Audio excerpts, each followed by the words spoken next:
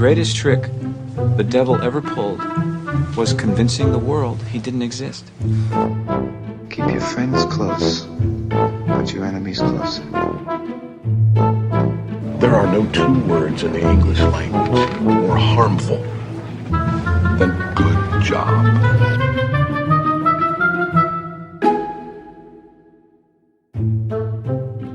Welcome to the Make, Remake Literary License Podcast episode with Keith Shago and co-hosts Vicky Ray and Steve Templeman, discussing the original film and the remake, looking at what was improved upon, where they went wrong, and whether anything lives up to the original. Don't forget to have your say by commenting or sharing links, or just follow us below. Now on with the show. What we've got here is failure to communicate. Well, we used to look up in the sky and wonder at our place in the stars. Now we just look down and worry about our place in the dirt. Hate is baggage. Life's too short to be pissed off all the time. It's just not worth it. Life. See, in this world, there's two kinds of people, my friend. Those with loaded guns, and those who dig. You dig. I'm sorry, Dave. I'm afraid I can't do that. Yeah, well, that's just like your opinion, man. Hello, welcome to Literary License Podcast, and it's Make Remake, where we discuss films and the original film and the remake. And today we're doing the Japanese film Pulse from 2001 and the American remake from 2006, funnily named Pulse. So before we get started, let's find out who's with us. We got Vicky Ray with us. Hello, Vicky. Hello, everybody. And we got Joe Rendazzo with us. Hello, Joe. Hello, everyone. And I'm your host, Keith Shago. And before we get started, let's find out what we've been up to. And we'll start off with you, Joe. What have you been up to since last time we spoke to you? Well, I'm finally over that damn sinus infection. Oh, I was going to say, you look so much better today. my left side of my face doesn't feel like it's on fire, so that's a plus. I've been working a lot, actually, because it's testing time, like high school testing, like AP exams and SATs and PSATs. And I got hired to proctor exams at a local high school. So I've been doing that, still bartending. The cool thing about doing the testing stuff is basically I'm just sitting there reading instructions and then like just waiting to take time. So I'm sitting there and like reading, catching up on reading. And I wrote like 1,800 words about a couple of movies that I was just like, sitting there going, hey, yeah, there were these similarities. And I just kind of started just kind of free flowing. And I'm just like sitting there on my phone, just like typing away. And all of a sudden I'm like, oh, wait, I might have something here that I could actually do something with. So yeah, that's been pretty cool, but it's mostly been like I've basically just been home to sleep for the last like 2 weeks. Monday's going to be my first day off since April. And I am looking forward to it. Oh God, you poor baby. They need to get some friggin' staff where you work. Well, that's the other place is really short staffed too. So it's like I can't even take off if I wanted to. Mm-hmm. What about yourself, Vix? What have you been up to? Trying to stay away from the human population as much as possible. Yeah, actually, not a whole lot. It's getting to that point of summer. I'm trying to find tickets to go back to the old homestead. And things have gotten really expensive. Don't you guys miss the flights where it was just to take you right there? You didn't have to stay in Atlanta or Charlotte or Scare Me Airport in Chicago for 4 hours, sometimes a day. It's nobody does straight shots anymore. But other than that, my garden is really looking good. I think I finally figured that out. And I've really been watching a whole lot. Except I finished watching Lore. I finished watching Outer Range, and it has only 8 episodes, and I was pissed. So that means I got to wait a whole year to see what happens. And the storyline was great. I love it. I started watching Hammer House of Horror. They got some really good little stories and stuff. They're quick. They're like quick movies, kind of. I think. I love those. Have you never seen those? I just found them. I love them. I've been watching those. And there was I wanted to. What's it called? Woodland Dark, something or other. It's about folk horror, and I haven't started it yet, but that looks really good. I saw some of the coming. I looked up the coming attractions or whatever you call them these days. And Eli Roth's History of Horror is back on. And of course, there's Joe Bob on Fridays. And I still haven't seen X. Everybody said it's excellent, and I still have yet to see it, but it's on streaming now, so I'll probably try to hit that up without Asher watching, of course. I think it's still like a $20 rental right now. I'm going to wait until. Yeah, I've heard so many good things about it, though. I've got to watch it now. I've heard it's fantastic. I love Ty West. The interesting thing about the Hammer House of Horror is that when we were kids, like the Elvira VHS tapes, the big box thriller videos, a lot of those were the Hammer House of Horror, and they would just tack on Elvira introducing it and Elvira at the end, and that put it over 60 minutes, so they could actually sell it as a standalone movie. Really? Is that what? Yeah. So it's an excellent series. I love it. Excellent. What I did is I have the DVD set of the series. I went and made myself a digital file of each episode, and then I went and found the Elvira introductions on YouTube. I spliced them all together so that now when I want to watch them, I just throw them on that way. And I got Elvira introing and then Elvira outro. Yeah, I've been watching a lot of the old silver screen stuff. I've got this thing on my phone that finds movies wherever they're streaming. I can't remember what the name of the app is right now, but I love it because it'll find it. And if it exists out there, I wasn't smart and started early like you guys and started preserving physical media, but hopefully it'll still be there so everybody can enjoy it. That's all we can hope for. What about you, Keith? I don't know. There might be. Go ahead. Well, I watched this fantastic film on Netflix called Spontaneous. Haven't heard of it. It's basically about the senior class, and they start spontaneously combusting. Oh, that sounds like fun. It's really well done. Now, the thing is, they don't go into fire. No, their body explodes, so there's blood, guts, and gore everywhere. But it's a sweet little film. Actually, it's a really good little film. So I quite enjoyed that. And then I watched, and this is pretty much a case of be careful what you wish for. Where there's about this fertility doctor, and it's a documentary on Netflix. And I was going to start watching that. I saw that about the doctor who went and used his own sperm to get everybody pregnant. Well, this is what's weird. It's a true story. They had some psycho in Dallas that was doing that back in the day. Well, the funny thing about it is, well, it's not funny, but the thing is, it starts off with this girl named Jacoba, and she said that she's an only child, and she wished she had siblings. So she goes down this rabbit hole and the DNA testing, and then she finds out she's linked to like 15 people. Anyway, it comes out that basically this happened like 94 times. So far, 94 people have come out of the woodwork, and she's very angry and all this other stuff. But the mothers are pretty damn angry too.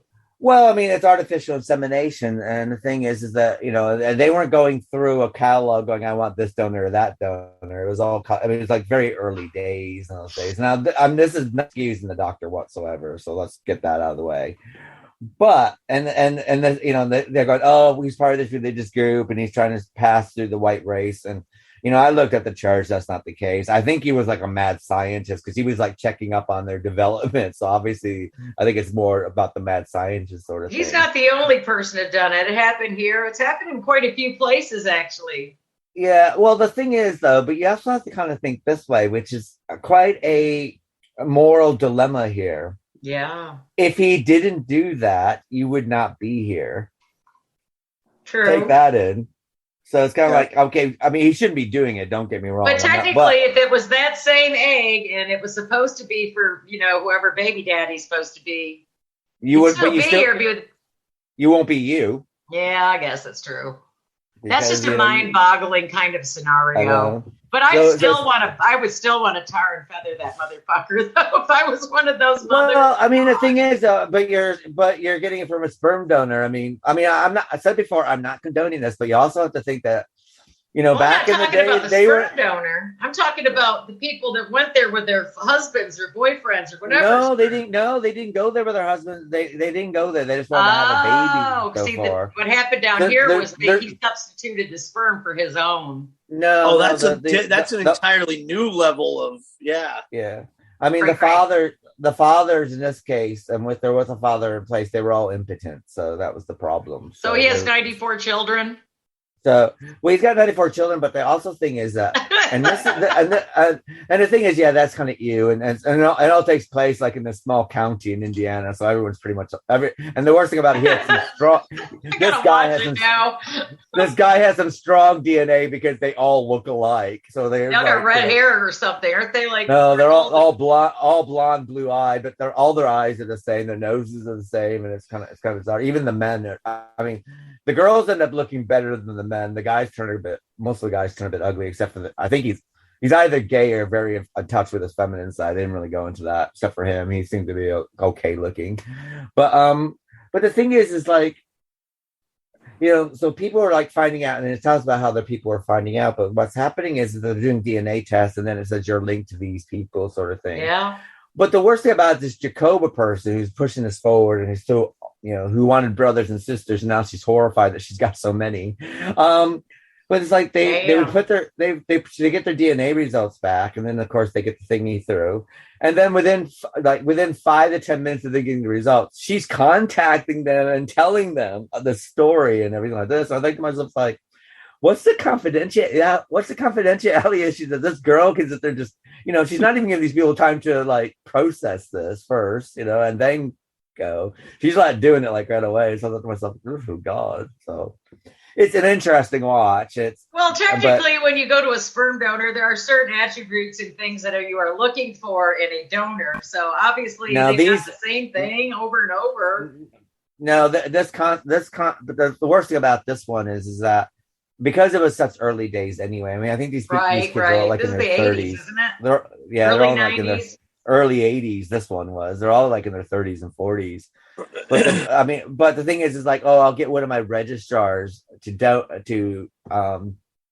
donate, and they'll only do up to 3. That's what he's telling them. But it's like, you're getting your registrar to do it. It's not like from a bank. Got your register whacking off, filling a cup from his desk.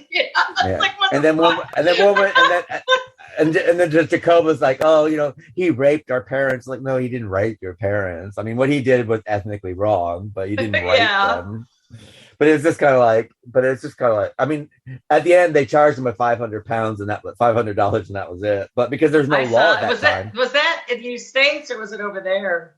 No, here, Indiana. In Indiana. Oh, Indiana. I'm gonna have to watch it now. I mean, anyone out in Indiana, I feel sorry, but there is a little bit of inbreeding going on there anyway, so it shouldn't be that much of a stretch.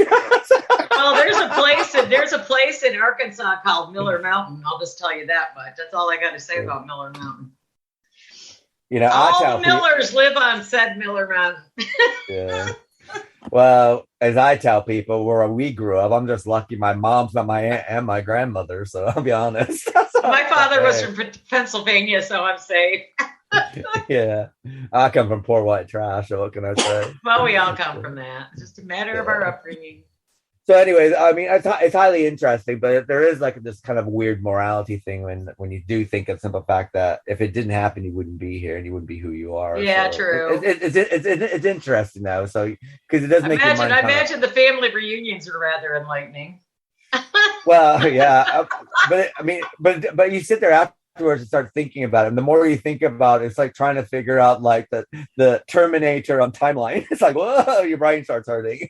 So. That's just wild. Yeah, some guy did it down here, and I had friends that actually went to this person back in the day, and he was supposed to be using the father's sperm, but he was slipping oil of his own in there. And so, well, see that now that is wrong. If something happens, and that's what you're, and you're slipping. If you're bringing your husband, even if you're not, but you're looking for certain. I know that there's questionnaires and certain attributes. Because I've known women that have gone to sperm banks, and you want this guy with this kind of IQ, this kind of hair color, something. Yeah, but let's be honest. Cookie cutter kids here. But I mean, how do they know these people who are donating their sperm have this IQ? What, they got someone from I Mensa don't there? know. Can you do this Mensa test for us before you sit there and jack off into a cup? You know what I mean? Yeah, that's a good point. Good point. It could be anybody. And yeah, I think it's more like what do you do for a living? Okay, this guy's a doctor, but do they check on that? well, chiropractors are considered doctors, and that's only like that's less than a year of medical. That's not even medical school they go to. I was like, I don't think they're officially considered doctors though. They call themselves doctors. Yeah, I was like, they call themselves that. Dentists call themselves doctors. Some dentists do. Doctor of dentistry. Yeah, but the thing is basically is that let's face it, people who are normally quite worldly and these Brad Pitt and people like that don't really tend to donate at a sperm bank, do they? No. And the thing is they're like college kids who need extra money. Yeah, so if they're a college kid and they're young and strapping, 30 years from now, they might be alcoholic and drug addicts in the back of an alley somewhere. So you don't know, do you? So No, you don't. That's kind of weird. That's bizarre. I mean, Jeffrey Dahmer went to college at one point. Oh my God, that's a scary thought. Jeez, you Charlie Manson still got kids out there somewhere too that are still breeding. Charlie's got a whole orphanage full of kids out there somewhere. Some people just should not be allowed to breed. I'm a firm believer in that. Always have been. Scary. Yeah, but it's interesting, conundrum. It's an interesting story. I think I'm going to hit it up this weekend. It's only like an hour and a half, so it's not. It's not like. So now I'm intrigued more. I saw it. And I watched the. Now they do the whole spiel, like the whole minute or two introductory to the movie. I didn't turn it back on. I mean, they do kind of twist it a little bit, though. There's some stuff in there. It's like I'm watching. It's like, okay, that's not true. That's not true. Like they're saying he gave us. He's giving us all immune diseases, and it's like immune suppressive diseases because my bloods are positive for rheumatoid. It's like that's not true because if you got rheumatoid arthritis, 86% of all population have positive rheumatoid arthritis. So they have the marker for it, yeah. But the thing is, you don't have rheumatoid arthritis unless you have a positive anti-CCP. So you need both of those to have rheumatoid arthritis. So that's wrong. Just because you're positive here doesn't mean that you have this, because you have to have this as positive as well to have this. So they were fringing things a little bit more to dramatize the story a little bit, but it's interesting. I mean, I think the worst case in this one is that there is one woman that he impregnated and then pregnated his daughter later on. Damn. So that's wrong, but it's interesting. I highly recommend it.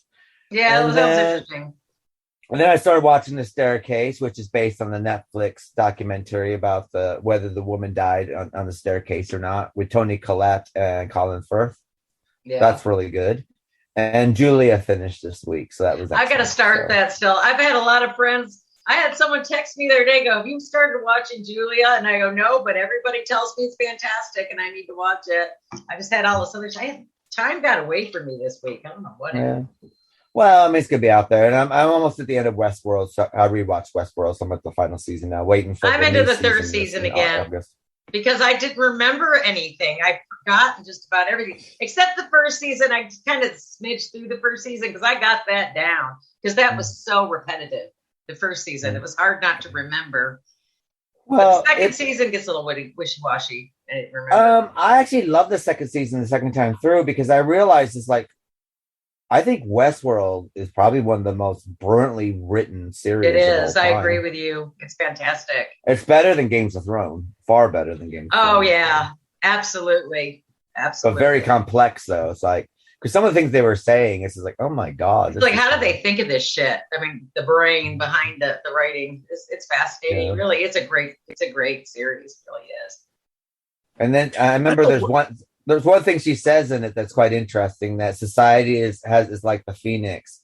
If you want a new society, you have to burn and demolish the one that you're in. It's like, well, looks like that's presently underway. It's true though, if you think about it. That's what happens, isn't it? So it's like, oh, okay, this is interesting. But it's good. I recommend watching it again before the new series comes out. I often wonder how much Hollywood knows about our future, what's actually going on, because they always do something and then it's there, you know. Yeah, a lot. Like Soylent Green. Like, here we go with Soylent Green. I need to rewatch that because I haven't seen it in a long time, and it's set in this year. And I'm like, yeah. That's right. It is in 2022. It's set in 2022. And we are, things are looking really, really bad. I won't eat any of that shit. I will not eat it. Everything now is plant. Everything now is like, it's really hard to find real food because everything's like vegan plant food now. It's like, oh God. It's like you can have plant food, but you have to replace all the shells with it. It's I want a brownie. I don't want a vegan brownie. I want a brownie. I know. I want one with eggs and fucking oil, bitch. Well, I have to sit there and say that if you're a vegan or vegetarian, it's probably best that you don't trust me because I still put egg and I made cupcakes and it's for work because it was for my nurses because it's International Nurses Day yesterday. And people are going, are there eggs in this vegan? I said, no. I mean, there was, but it doesn't matter now. So they've already eaten it. So, well, why would you ask that after you already started eating it? No, they asked me before they ate it. So, and I just said, no, there's no eggs in it. Why would I put eggs in it? I know that people are vegan here, but I mean, there it is. Oh my God. But it's okay if you don't know about it, isn't it? Yep. What you don't know ain't gonna hurt you. No, if they had an egg, if they were an egg allergy, then I would tell them that's different. So, but I used to invite my vegetarian friends over to my house to have spaghetti bolognese and tell them it was corn, but it was actually mince. They didn't know the difference. I'm trying to slide by. Well, like if you're making a lasagna, tell them it's turkey burger or something in there. I refuse to make turkey pepperoni, turkey burger, any of that stuff in lasagna. It's going to have meat in it. It's going to be sausage. I am not going turkey mince. But turkey mince is very good for chili. Actually, you can do it in chili. I haven't tried it. It's very good if you're using something that has if you have like I like deer chili. Well, if you're using something that has like a strong seasoning, like chili does, then you can get away with that with that kind of stuff. It's a bit like corn. Corn's fine, but you just got to make sure you have a strong sauce to go with it, right? Because it has no flavor. And I'm still trying to work out that if you're vegetarian and you don't want to eat meat, why do you want to eat something that tastes like chicken? I still don't understand that. It's like, why do you want chicken? I think that's more to convert people who aren't, to get them to try more vegetarian options. But, why eat bacon when you can just have chicken? Because I call it bacon. Is this made with bacon or is this chicken? Everything's disappearing over here anyway, so it doesn't really matter. So, yeah, it's here as well. So, well, anyway, what we're going to do now is we're going to cut the Fiery Kitten podcast, where you can sit there and listen to Fiery Kitten podcast and take it away. I'm Austin Lugo. I'm Andrew Harp. This is With Nothing to Say. And let's talk about movies. With over 3,000 films logged, Andrew and I, best friends since middle school, have dedicated our lives to watching, making, and talking about movies. Each week, Andrew and I handpick a movie he's seen, I've seen, or neither of us have seen, and dive deep into anything and everything two wannabe cinephiles could ever think of. From horror to dramedy, we do it all. So join us as we talk about everything movies, and maybe you too can become a bona fide cinephile. Hello, welcome back to List Your License Podcast. We're discussing Pulse from 2001, which is a Japanese techno-horror film directed by Kyoshi Kurosawa. The film was scheduled in the Uncertain Regards section of the 2001 Cannes Film Festival. The movie was well received critically and has a cult following. An English-language remake, also titled Pulse, debuted in 2006 and spawned 2 sequels. The script was also adapted into a novel by the same name by Kurosawa himself.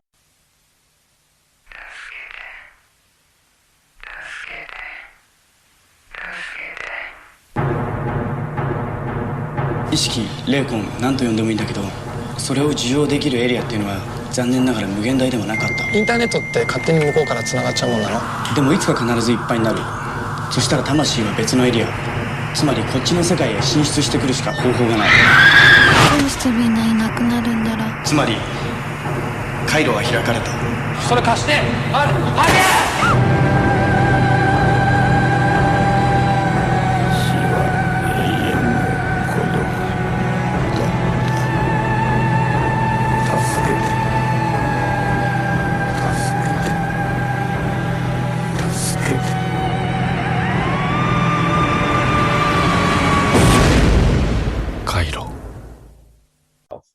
So, Joe, what are your thoughts of Pulse from 2001?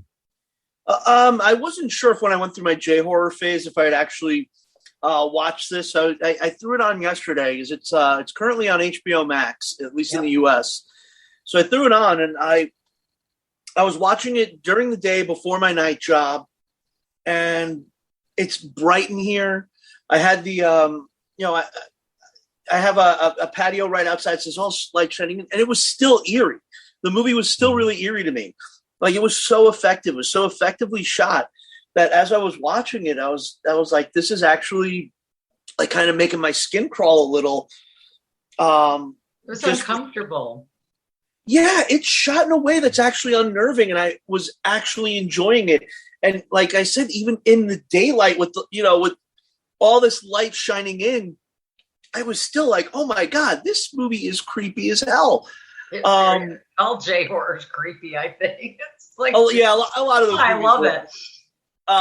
It is really, really an effective movie. I know I hadn't seen it before, though. I think I've seen the scene where the girl falls off or plummets off the tower. I think I'd seen that before. That's my favorite part. Familiar. That was the best kill of the whole movie, is when that lady falls off the silo. Splat! That's how you hear that. Well, it's all done in one take as well, so it's like realistic thud. Do you know it? Like last night I worked, and this morning I worked, so I didn't have time to look it up. How did they achieve that? I didn't look it. I was wondering too. It's really hard. It's really hard to find information about the making of this film for a lot of things. There's not a lot of information about it. No, there isn't. I had to search through a vast array to find little. Is that because Dimension Films kind of disappeared everything on them when they made their remake? Is that why? Well, I also think that basically, this is a weird J horror because if you look at the way that the subtitles are done kind of like not what you're quite used to, like sharp subtitles, and the subtitles are not sharp. They're very ghostly across the thingy, and then there are some bright scenes where you're kind of like, what's that? What's the middle two words there, sort of thing? Yeah, I had a hard time reading here and there. I texted you guys about that yesterday. I took a picture of the screen. I was like, use yellow subtitles. Something. Yeah. So it's almost like subtitles. There are all these white computers. Like, I can't read a fucking thing. Yeah, and it's almost like it came over to this country, like almost came to the West, kind of like as a half thought sort of thing. Not like grunge or the other J horrors that were coming out. And when this came out, J horror was coming to its end anyway when this came out. So maybe that has something to do with it.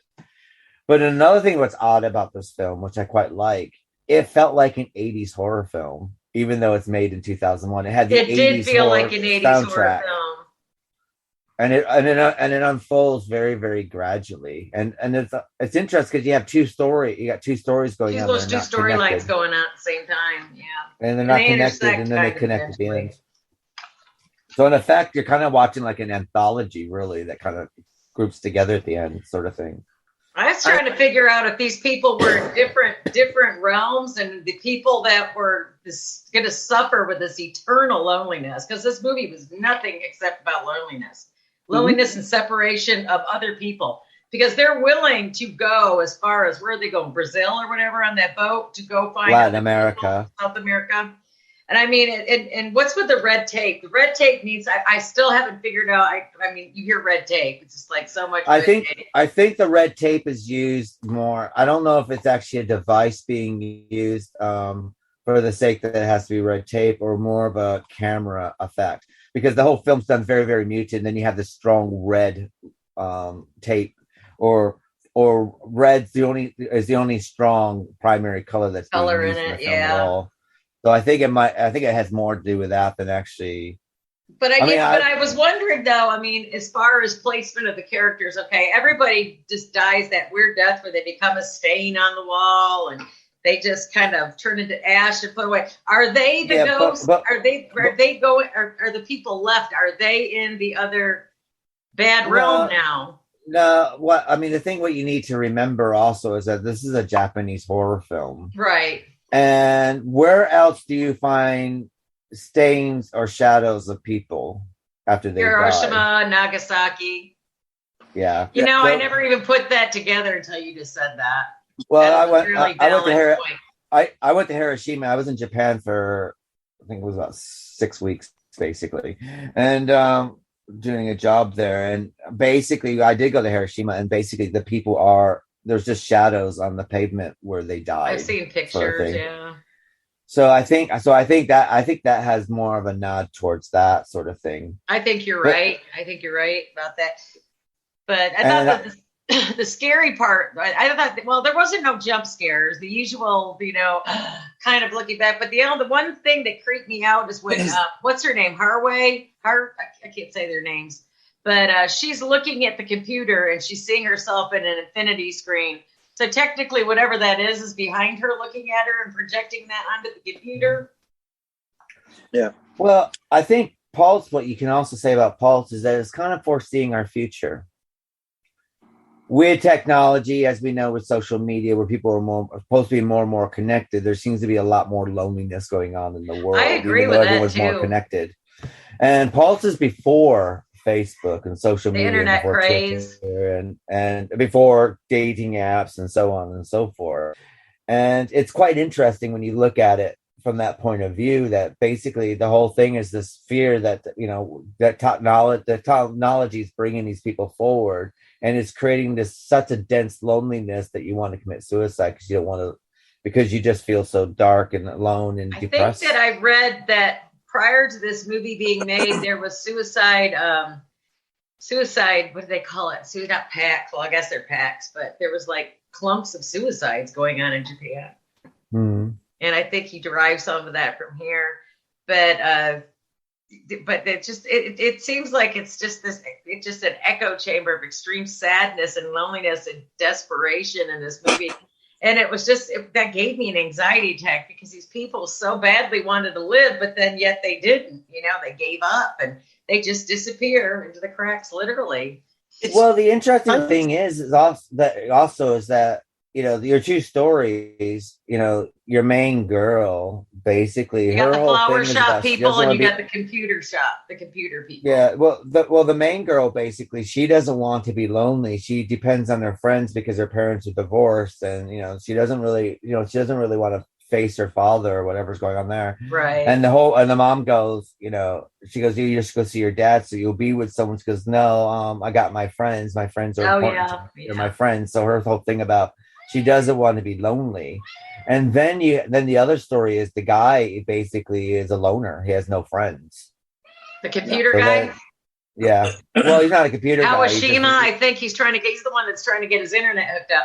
How did he get stuck with seeing that tape or that virus? I was getting lost. He loaded up AOL. He was trying to put in the internet. That's right. Okay. Yeah, and it just appeared, sort of thing, because again, which we kind of mentioned in The Ring as well, previous show, is that the computer is a virus, isn't it? And a virus spreads, and that's what this movie's about. Basically, it's like basically, if you took out the computer side of it, and made it, I don't know, make it a disease. Well, they offered that. I can't remember his name. He was the professor or whatever she was talking to. And he does say, or is that the second movie I'm getting screwed up with? That's the second movie. But when you think about it, though, you got all these, like we're talking, in a Zoom meeting, doing a podcast, but we've got all this shit, EMF and everything hitting us, and all these radio waves and just everything going on. You never know. I'm a firm believer in hauntings and whatnot. I mean, it's the perfect place for a ghost to do whatever he wants to do, and it's a great place for them to. That's why they got EVPs and all these great gizmos now for ghost hunting. But it's a good place for that kind of energy transfer, and I could see where he got that. That was a brilliant idea on his part. Because I don't think anybody ever done that much up until 2001, because we had dial-up still. And I heard the dial-up noise. Remember the dial-up? He did the dial-up noise. I almost started salivating like Pavlov's dog. Remember the dial-up noise? It's like, oh, yay. You know.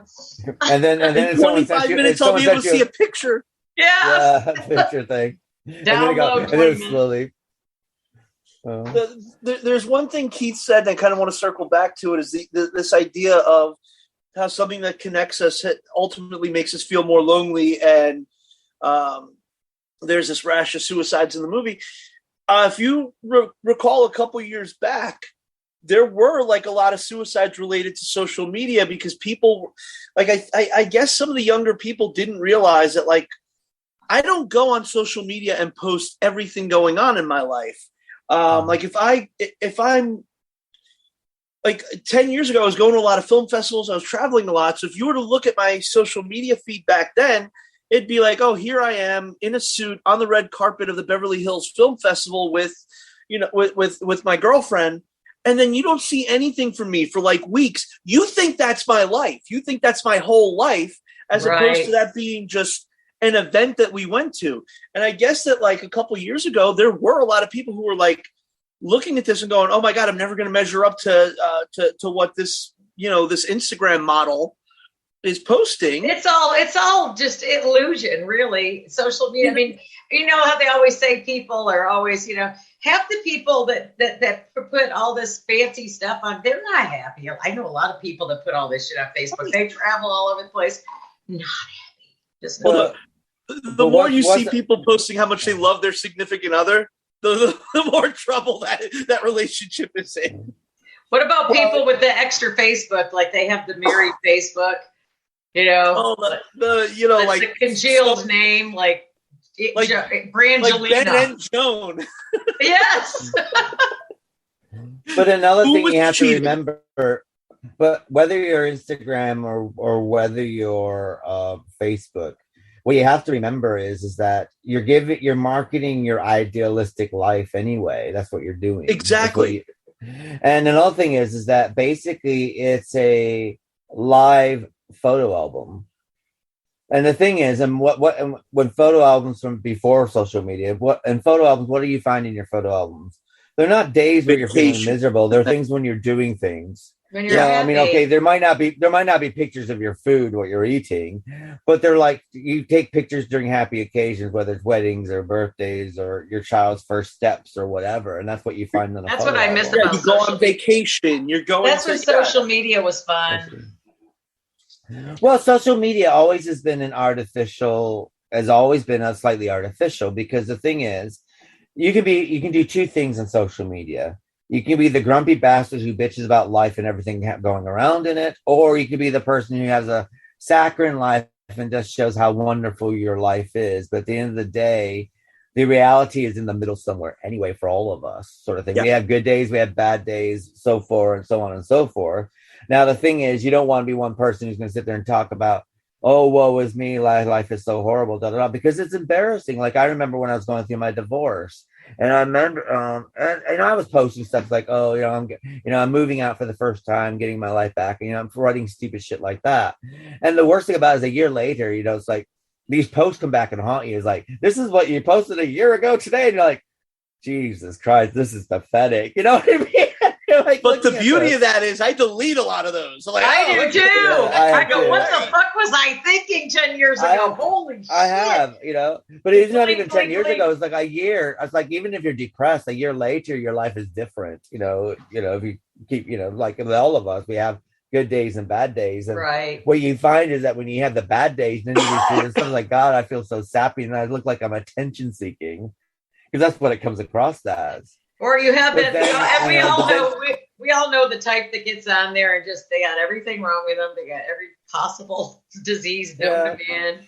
Or they're on the other hand, they're walking around with a strapping badass, Speedo or a bikini and say, I don't care what anybody thinks, just be your best self.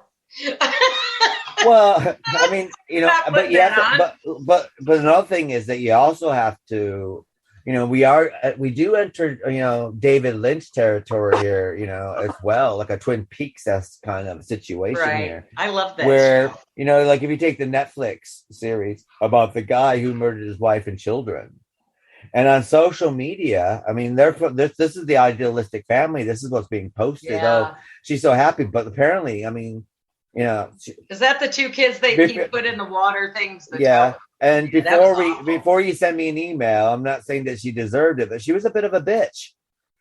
You know what I mean? She was, she's like posting all this stuff, and she was quite a negative, horrible person. But she's posting all this stuff about what beautiful family, what a beautiful marriage she has. Then, of course, like a David Lynch film, you scratch beneath the surface, and everything's not what it seems. Right. And that's another thing you have to remember with social media is that, if you're working really, really hard to paint this life that you're in, and you're working at it, chances are your life is not as rosy as you're trying to portray it to be. Now, if you're like me, I just, I very rarely post outside of this show. If I do post something of me or something like this, it's because someone's posted something of me and I'll, forward it on sort of thing. But it's not like, it's never overly anything. It's just, like Instagram's probably the worst culprit. Instagram is basically everybody's all the beautiful people on Instagram. Everybody's doing everything on Instagram. Yeah, but they're all filtered. That's the whole thing. I mean, okay, I understand what you guys are dudes, but I mean, think of the common sense. Okay, you take a picture and then, okay, this is me, but then you show up, but you've been giving somebody 10-year-old pictures, or you've got so many damn filters on, you don't even look like you. And then what are you supposed to do when you meet this person? Welcome to dating apps. I was going to say that was one thing that I remember being proud of when I met a woman that I met on a dating app. She's like, "Oh my God, you actually look like your pictures." I was like, "Well, yeah." Like, I realized how apparently. So like, eventually we're going to have to meet in person. So if I'm sending you these pictures where I look like George Clooney and I'm all ripped or whatever, the second you meet me, you're going to be like, "Well, no, that's not what I signed up for." Yeah. Yeah. Nothing's real. But you're right. Nothing is real on the internet, really, particularly. Well, I remember one time, this guy asked me on a date. I said, fine. So he shows up at my door, opened the door. I mean, I don't know. I mean, the picture must have been like, he looked old and wrinkly, like basically death was, he looked like the old guy from Poltergeist waiting for Carol Ann to come in. Whatever his name is. Yeah. And I opened the door and I go, he's like, hi. And I go, this is not happening. I go, you're a fucking liar. I go, this is not happening. I go, when did you have your pictures taken? I go, how many decades was that? Was there even cameras back then? He got really upset with me, and basically start going, God is in his holy temple. But then again, he tried to pour some way in. I going, I'm sorry, but this is not going to happen. I go, you force yourself in, I'm going to have to punch you in the face. And he got I would be upset too. That's happened to me before back in the day. Thank God for Scott. I said to him, why do you? I go, do you really? I go, do you do this because you think people are going to you're going to show up and someone's going to mercy fuck you? And he got then basically he got really upset. So I actually had to throw him out. Well, what did people expect? You can't lie like that. People will but the thing is, it must work at some point for these people. It must work if you're continuing to do this and you're showing up, meeting people. They can't, not all of them must be turning you away because there must be some successing going on here somewhere along the way for you to keep doing it. Or someone's drinking a lot. You have to be, in this instance, you have to be drinking a lot and probably taking a lot of meth. And still, you would need to have, some kind of weird glass. I think even Stevie Wonder would have been appalled, But I always think to myself, it's like, it must work for them in a certain way when they do. Well, some people probably get away with it. Well, they're continuing to do it, aren't they? God, I hate dating. I'm so glad I don't have to do that. I just hated it. But you're not. But the thing is, you're now seeing it in reality TV programming as well. I'm not ashamed to say it, but I watched Real Housewives of Beverly Hills, and the new series started, and I was watching the new series, and the thing is, you have them being so long. well, you have them being filmed, like the part of the show sort of thing, But when they do the one-on-ones, they look like totally different people. It's like they're using filters during the one-on-ones, and you can tell that they are. Well, Between they the makeup and the make you filters, beautiful like, all the way through video now. well, the thing is, they look like different people. Like you're watching a scene with them. It's like da da da da da, and whatever stupid drama they have, which is idiotic in itself. But then they do the one-on-one where, like, giving their comment on it. It's like they look like a freaking different person. And That's sort of like RuPaul's Drag Race. Do they actually look that good, or is that just filter? Because I'm jealous. It's all makeup. If you know how to provide, God, they know how to put on makeup. But there's a difference between makeup for camera and makeup going outside in the street. Yeah. I always thought to myself that, watching Real Housewives, for instance, where it's obviously they're using filters now, I wonder what they think about their kids. Because are they still going to love their kids? Because their kids are going to have their old face. Yeah. It's like, good question. It's like, it's like, oh, like your kid doesn't look like you because your kid has your old face. This is what you look like before the surgery. But basically, though, is this the afterlife totally sucking it, where these ghosts are that bored to come back through the airwaves and want to kill everybody or entice them to whatever? Just like her, when she's trying to hug whatever it is at the end of the movie, and you don't really see what she's trying to hug. There's nothing there. Yeah, but doesn't it have to do with how we deal with death anyway, to a certain extent? That basically we waste our life and then we die, and then the dead are jealous of the life that we have because, they weren't done yet. Yeah, and let's face it.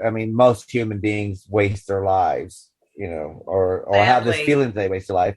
And then if you're dead and the dead are looking at you thinking, you're wasting your life like I did. I'm jealous of the life that you have because I don't have that anymore. I took it more like that. Oh, it could be like that while you're still living. Yeah.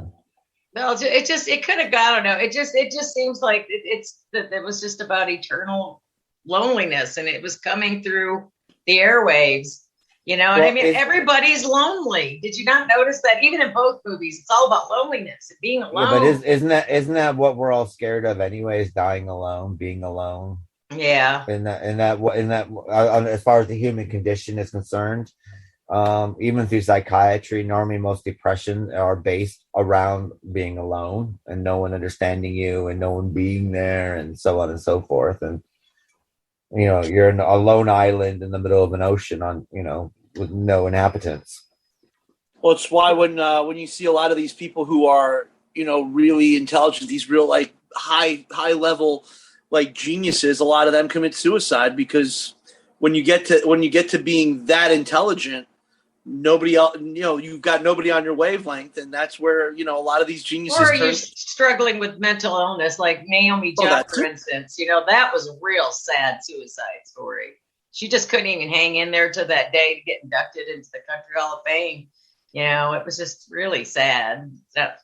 Sometimes, you're so good at something. You're so unbelievably talented at something that there's nobody on your wavelength and you feel lonely. You turn to drugs. Yeah. And you could end up just offing yourself because you're like, well, shit. Like Keith said, I'm this island on my own and nobody's around. Nobody gives a shit. Or if they do give a shit, they're never. But this turned out to be a virus. So, interestingly enough, we're talking about how the internet is kind of phony. We all know it is. We deal with people on it all the time. But but when you're watching this, is that the virus? Is he trying to relay that early years? That this is a virus that we're dealing with on the internet. Well, I think Facebook is the biggest virus on the internet, but I just like to keep in touch with family. First of all, in this one, in the Japanese version, he fell across it. It wasn't something that he was making to do or looking for something. It just happened to happen. Sort of thing. The second one, then we covered that. That's more that's a bit something that's actually people were looking for something that's kind of ridiculous. Right. Here it's just something that filtered through. But you also have to remember, what do they say, is that it's kind of like the guff in Judaism, that basically there's not an infinite number of souls. There's only a finite number of souls, and when that guff is empty, the seals will break, and that will bring the apocalypse, as far as biblical is concerned. Here, what we got is that basically, the afterlife is not that it's not going to be able to take everything. So basically, what happens is that once that number hits, it's going to start spilling over into reality, and because there's no more room in the afterlife. I don't know if Japanese. I mean, they don't really go into heaven and hell and everything, and But so I'm not very versed on their religious, as far as their religion and what they believe in that.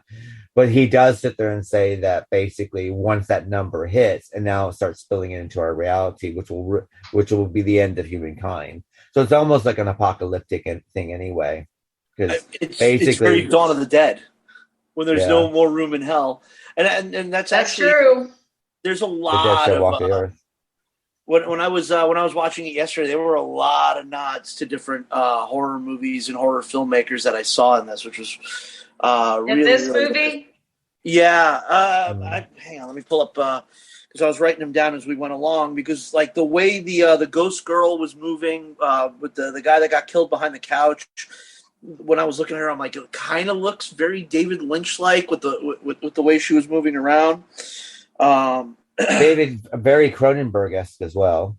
Yeah. Very much Cronenberg movie too. With the muted colors and the whole 70s vibe that's going on in it. Yeah. You mentioned the soundtrack, and how I mentioned the soundtrack reminded me very much of Suspiria, with the cries and the sighing that were worked into the music.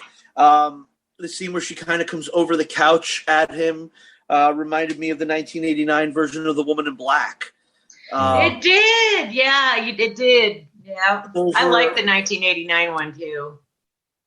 Those were some of the things that I saw that I was like, oh my God, this. That's another thing I really enjoyed about this movie, is that it did feel very much, all those movies I mentioned were all, it was all 80s and 90s. So yeah, Keith, there you go again, bringing it back to what you were saying, that it felt like an 80s movie. I just loved how much this movie did kind of feel like it was kind of pulling in from other stuff. It's like, oh, this worked here. And yeah, I didn't even think of it at first until you mentioned it, when he says, the spillover from, because there's no more room on the other side. Yeah, that's very Dawn of the Dead also. Yeah. And another thing is that what causes depression and loneliness more as well is normally through a death of a close person to you. So, and then that's basically what they say, is looking into the eyes of death makes you understand your own mortality, and doesn't really, but there's two things that happen when someone dies close to you anyway. You either, you mourn them, then what do you do afterwards? You have to either enter life again, or some people never enter life ever again. True. That's the old Sicilian thing. All the old Sicilian women in my neighborhood where I grew up in Brooklyn, once the husband dies, you wear black for the rest of your life, which I cannot possibly ever understand that. That's the old school Sicilian, though. That's just the way they're raised. I doubt the new women do it. No, they use it in most European countries is that way as well. But you also have to remember that they're very Catholic, and that all comes from Leviticus anyway, that women should never remarry, because they remarry, they should be stoned to death in hell. All books clearly written by men. Well, of course. I mean, I don't see a problem with that. I mean, that's God's law. I'm kidding. But a man, but a man can remarry, which is kind of odd. So, well, because he needs to ejaculate his seed all over the planet and spread his progeny. Like that doctor did with the every sperm is sacred. Right back around to that doctor. Is sacred. Every sperm. Everybody. Good old Monty Python. I know. But yeah, my favorite part of the meaning of life was that sequence. It's weird because they opened with what I felt was the strongest sequence of the movie. Right. Yeah. You know, those are really hard movies to do in a podcast. Like, which one did we do? Did we do The Meaning of Life? No, we did Life of Brian, because that Life was of Brian. Oh my God. You know how hard it is to get that? There's no way to organize your thought to explore those movies. You just blurt out, just like, you know. It was our double feature with Jesus Christ Superstar. Yeah. It's a hell of a double feature. It was Easter time. Dealing with the same thing. Yeah.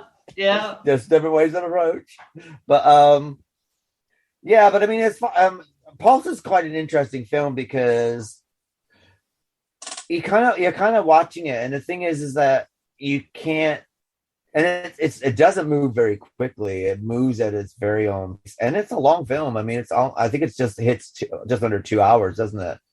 But you can't stop watching it. You're just I had to watch. I had to keep watching it. I watched it twice. I thought it was excellent. I love that movie. But the thing is, you know, we're going to talk about that, but I think that even in translation, you're losing some of the J-horror finesse. You know what I mean? Yeah. There's a lot lost in translation between this and the second movie. As we will find out, because Rotten Tomatoes and everybody was really mean about the Americanized version. I'm going to be too.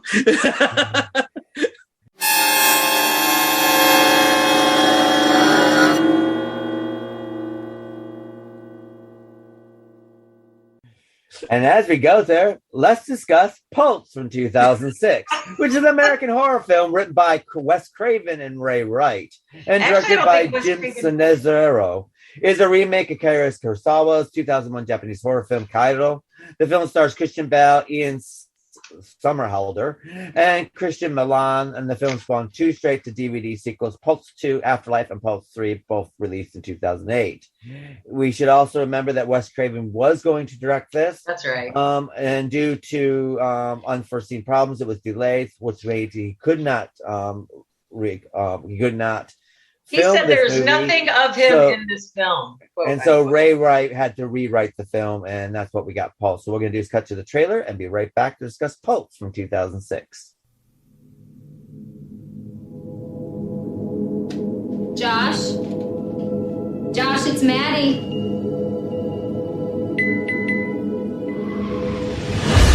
Oh my God.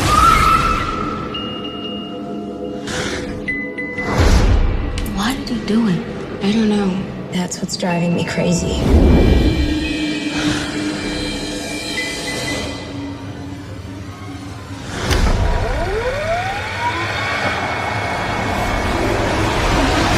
Maddie, I just got this weird email.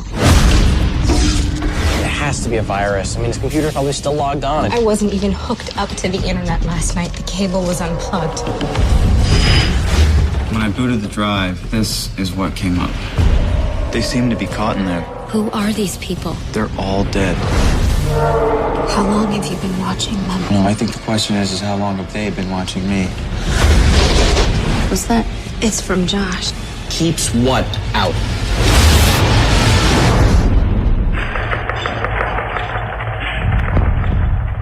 What if the dead Oh my God. made a connection?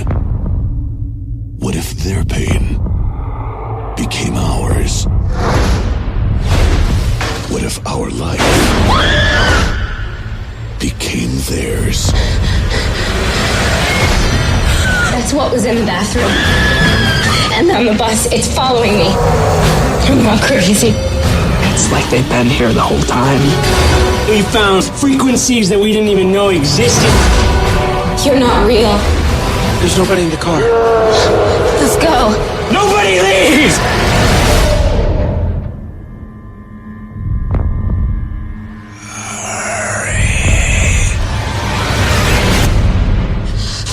What do they want? They want what they don't have anymore. They want life.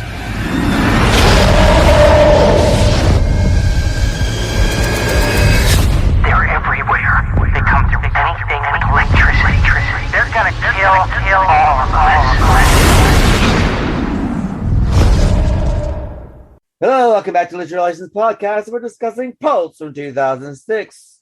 Starting with you, Vicky. What are your thoughts of Pulse from 2006? Well, I was waiting to hear Ass's Joe give it an ass beating, but I guess we'll give that here in a second. I really liked it. I mean, I know, like I said, I liked the Japanese version better. I think that something got lost. As every time we translate movies into American culture, we are always missing the mark on something. And this just, I mean, it was great. I love Kristen Bell. I didn't know that was her at first.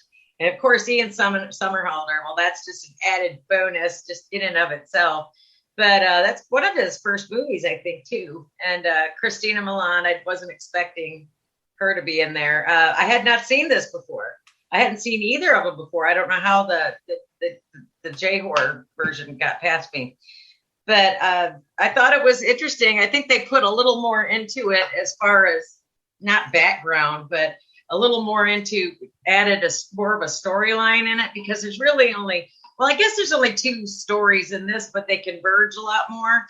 Like she has a love interest. Kristen Bell has a love interest in whoever, was it Stone or Josh? Who died? Josh dies. Yeah, Josh is the one that dies, and then there's the guy that buys the computer. Yeah, but I mean, I liked it a lot. I mean, I can't really see. I'm just waiting for Joe because I'm afraid to say anything because Joe's going to. No, I mean, if you like it, then you like it. He's sitting there looking flips. But I'm not gonna begrudge somebody for liking a movie I didn't like. I think all movies should exist just for that reason. I was just really surprised that I really enjoyed it, though. I liked it a lot. Maybe it's because Kristen Bell was in it. I don't know. I did notice that that one cameo of Brad Dourif. Yeah, and he was in there because you just see his face. You know, he's like the Seventh-day Adventist in the bar scene, and he just goes. You don't see him. There was somebody else in there, but I can't remember who it was. I think with the American version, I think what you have to remember is that after about 1996, 97, 2006, we're talking about. So Hollywood stayed up. I don't know how else to say it. No. What I'm saying is when American films is that what we find out is that Americans attention span needs to be every 20 minutes. So you had to make sure something happened in every 20 minutes. Right. Because what happens, you would lose your interest in America. Right. What happened after 1996? And I don't know if this is because of Ritalin or whatever, they found out the attention span of Americans now has gone down to 10 to 12 minutes. So now you got to have something happening within 10 to 12 minutes. It's because of all these electronic devices everybody's freaking addicted to. They also think it might have to do with Ritalin and attention deficit disorders and blah, da, da, da. So anyway, this is what they come up. That's why if you notice now, so now what you have is, where I think in Japan, they're a lot. If you look at the way films are made in Japan, they kind of take their time, or Europe, where American films have to have everything going very, very quickly. So what we got is a 2-hour film kind of shoved into a 86-minute film now, sort of thing. I would have liked it more if there was more Wes Craven in it. He was signed to direct it, to write and direct it. It got pulled for producer Bob Weinstein before shooting, and Craven's screenplay, they rewritten. The screenplay was written by Ray Wright for the film. It was made by the director Jim Sanzero. Yeah. Okay, yeah, there it was. Talking to Fangoria at the time of the film's release, Craven said he was not involved in the making of the film, stating, "I've had no influence at all on the film they are about to release." And it's just, I don't know if that was like a bitch slap or what, but it sounds like a train wreck coming a mile away. But yeah, maybe that's what it is. I'll take the check. I mean, the director is quite interesting for this, is that after this and before this, he would direct cutscenes for computer games like Resident Evil 5 and stuff like that. He directed cutscenes for that. So question basically is doing cutscenes for a computer game and doing a full-length movie are kind of 2 different weird things as well. Is that that's where he started out with, was doing videos, and then video games? Videos and video games. He does the cutscenes. So when you're playing a computer game like Resident Evil, you have, you're doing your action, and then you have a cutscene that's normally very, very, I mean, it looks beautiful, but it kind of links each action piece up to like a story. That's what your cutscenes do. Well, one but thing that you notice, you're not doing a story from beginning to end. You're just doing cutscenes. Well, they made this more of an epic world collapse, basically, though, because it was like a virus that just totally incinerated the world. There's nothing left except these two people, at least in your viewership of the movie. And it doesn't end like the other one. And the other one, there's only two people left as well. In Japan. Well, technically the ship captain and the girl. Well, I think that's her. I think that was her father, wasn't it? I don't know. Oh, it might have been. I didn't even think that. It could have been her father. This one has an entirely other scene at the end too, whereas the other one ends. I think in the United States we needed to show that civilization could continue on because they had to blow smoke up our ass. We can't just have the whole world end. We have to see all these little tent towns and be like, as long as we get away from technology, we're good. We're gonna be fine. Like that's ever gonna happen. One other thing that Keith said about the attention span is this movie also starts with immediately some horrific stuff happening, because the other movie you get the girl slowly walking to the complex, and you have this really eerie atmosphere. And I'm like watching this thing going, I don't trust anything that I'm seeing on the screen right now, because it's shot. The first one is shot in such a way that it's like, is there somebody sitting in that chair over there? I know, you really did doubt yourself. It was totally atmospheric. All right there, right away, because I guess it's like Keith said, like the audience will fall asleep if they have to go 10 seconds without seeing something happen on screen. That's one of the things that stuck out to me is this one immediately had to go into horror, whereas the other one waited like 10 minutes or so. It was like you're kind of setting up this mood and atmosphere. And in this one, to hell with the mood and atmosphere. We don't need any of that. What horror movie ever needed any of that? We went right into these awful looking ghosts. Like that was the other thing that in the original movie, they're all, it's very eerie because they do look like people. They may move a little differently. There's kind of like this. Here, it's just these horrible CGI effects. And if ever there were two movies that I wanted to show somebody back to back and be like, this is why I think practical effects will always be better than digital, I would show them the Japanese Pulse and the American Remake, because the ghosts in this movie just look oh my God, they look awful. And I couldn't stop myself from giggling when I saw half of them. So I'm like, it's mind-boggling. I love the story. Well, the story's basically the same. Yeah. I was really pleasantly surprised with the storyline for both. Well, here what you have is basically a hacker who's hacked into someone's other computer frame, and the guy was looking for an afterlife.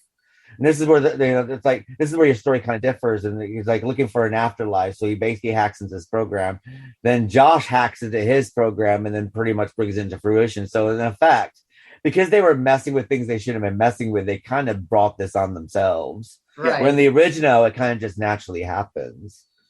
I mean, what I like about the original Axel is that it's a puzzle. The whole thing's a very big puzzle piece, and the thing is. And they're giving you little clues, in the first one when she's going to his house because they haven't heard from him and he's not answering his phone.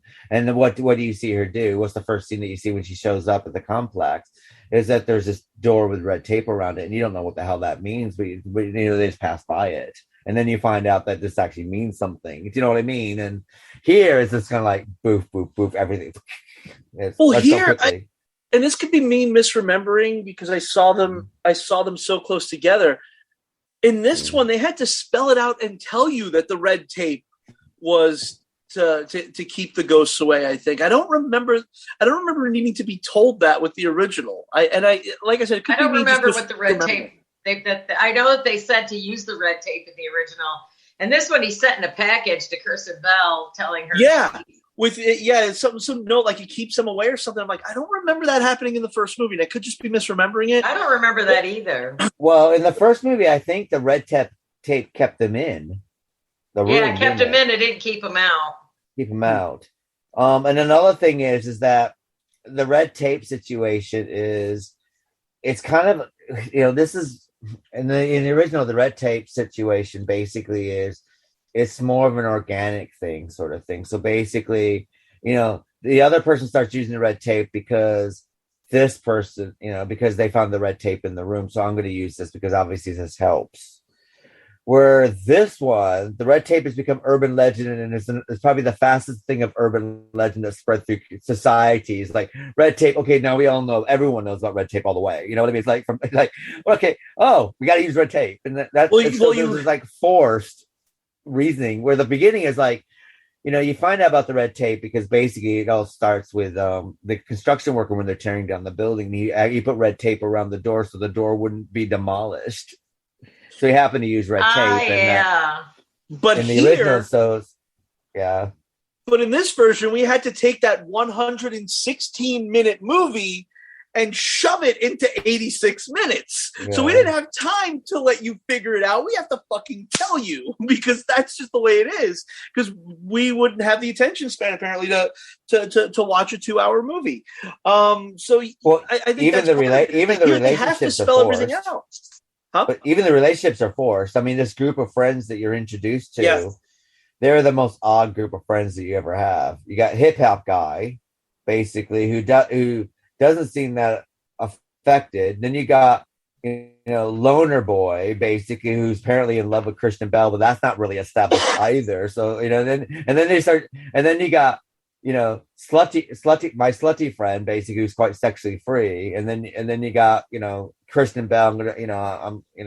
I'm the intelligent one. So you got these stereotypes working, but they're working in this group friend. And then as these friends are passing off, they're not even that phase that they're going, because there's no connection between them. We haven't established what the relationship is. We open up with them at the bar playing pool together, taking the piss out of each other, not being very nice, really. So then when Christina Milan or Milian Milan, I'm spelling her name. When she's dying, she comes in. Kristen Bell comes in and finds her like her face is half shadowed with this ash or whatever it is, and she's afraid to die. Thing.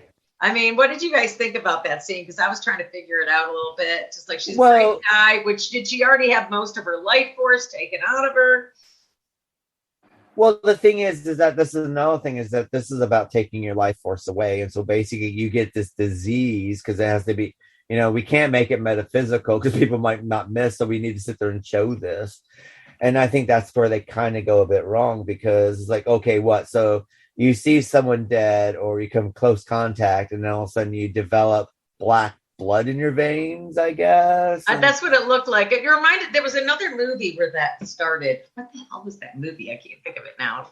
I'm thinking of it too, but I you know what I mean? Where you got the black vein. Yeah. You start getting the black veiny stuff and then, I just can't remember either right now. Oh God, that's going to bug me. But I mean, I think the worst thing about this is that M. Night would actually steal this concept, but use plants and the happening, but that's another story altogether. Well, the idea of everything that the spirit world touches is red was kind of stolen from M. Night in The Sixth Sense. So it's kind of like a self-feeding thing. Around circle. And they're both Miramax, aren't they? I mean, Dimension Films is Miramax. They're both Miramax movies, and they're all under Disney. So are they? Are they under Disney now, or were they even back then?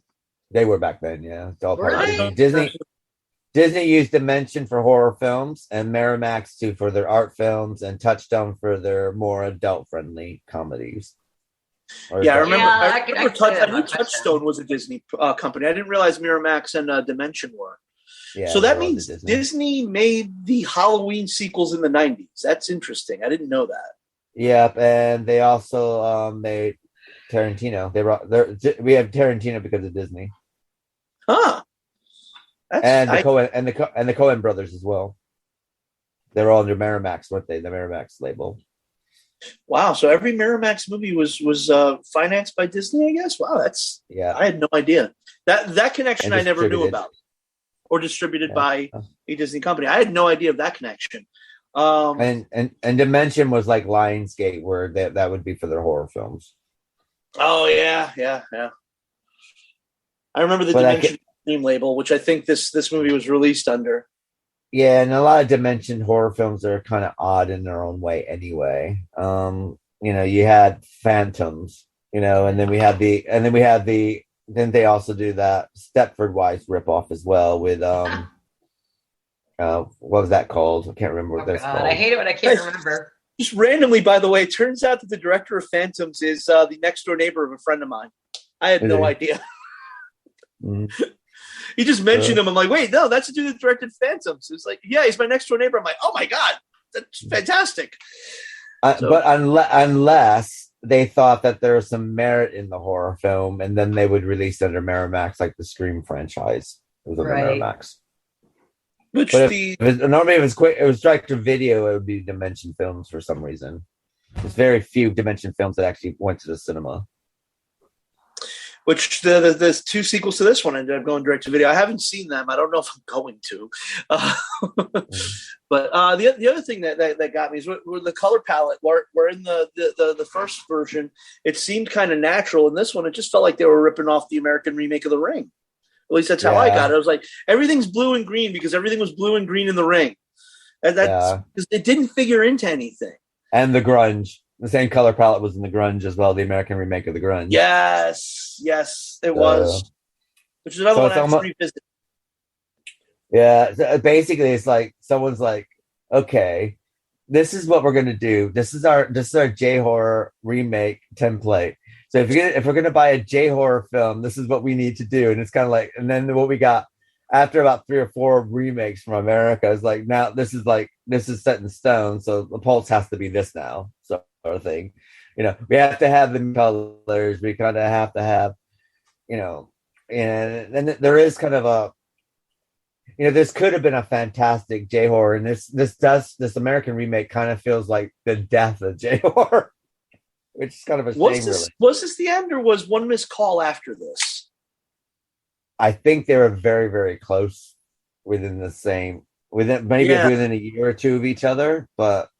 Because it was the Ring, I think, was the first one. I was half expecting Naomi Watts to walk out into this film there for a second. It was so Ringish. I actually love the remake. One Missed Call was the same year as Pulse. Yeah, so they were around the same time. I love the Ring. I remember liking The Grudge. I should probably revisit that one because I've only seen it once. I remember liking One Missed Call.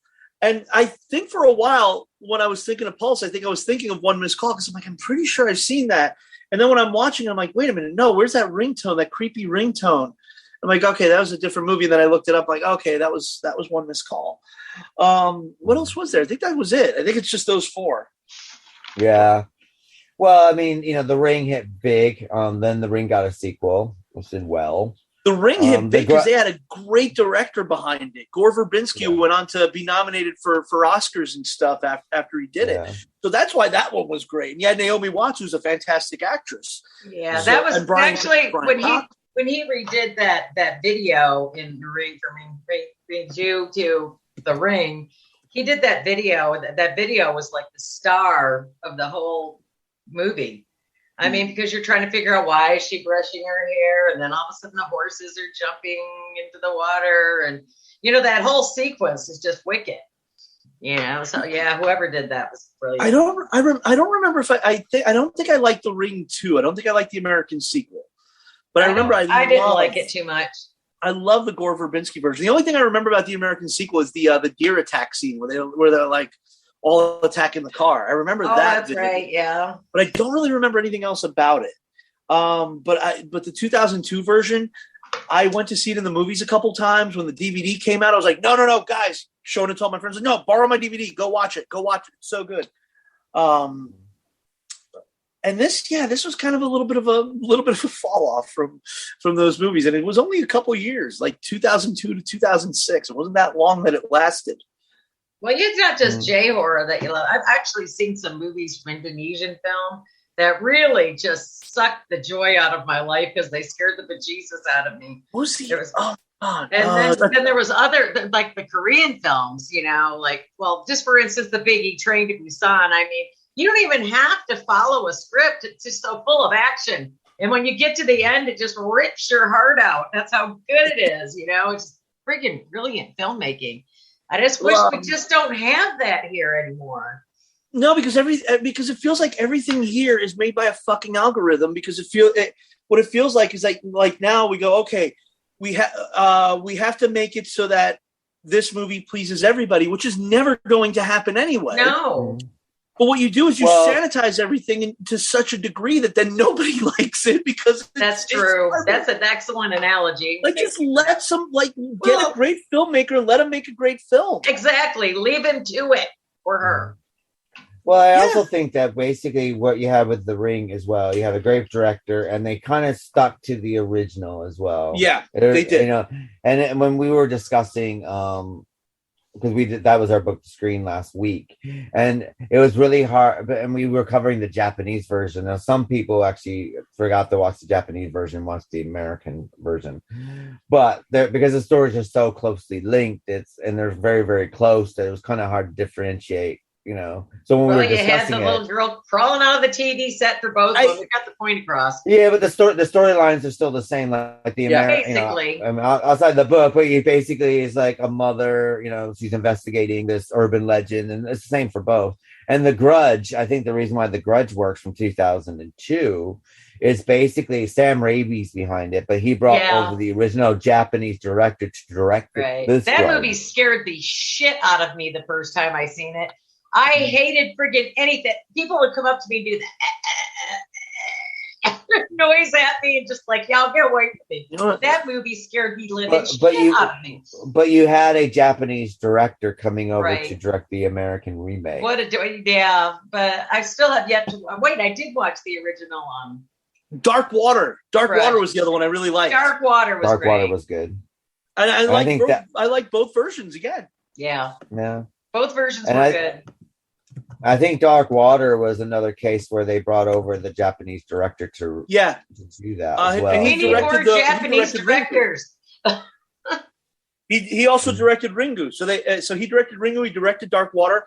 He made another movie that I remember I watched late at night on IFC from the 90s called Ghost Actress. That really, really creeped me out. That sounds good. Dio Nakata. I don't think it ever got like a DVD or Blu-ray release in the US. It was like late one night on like IFC or something. Was it like a Midnight Madness movie or something?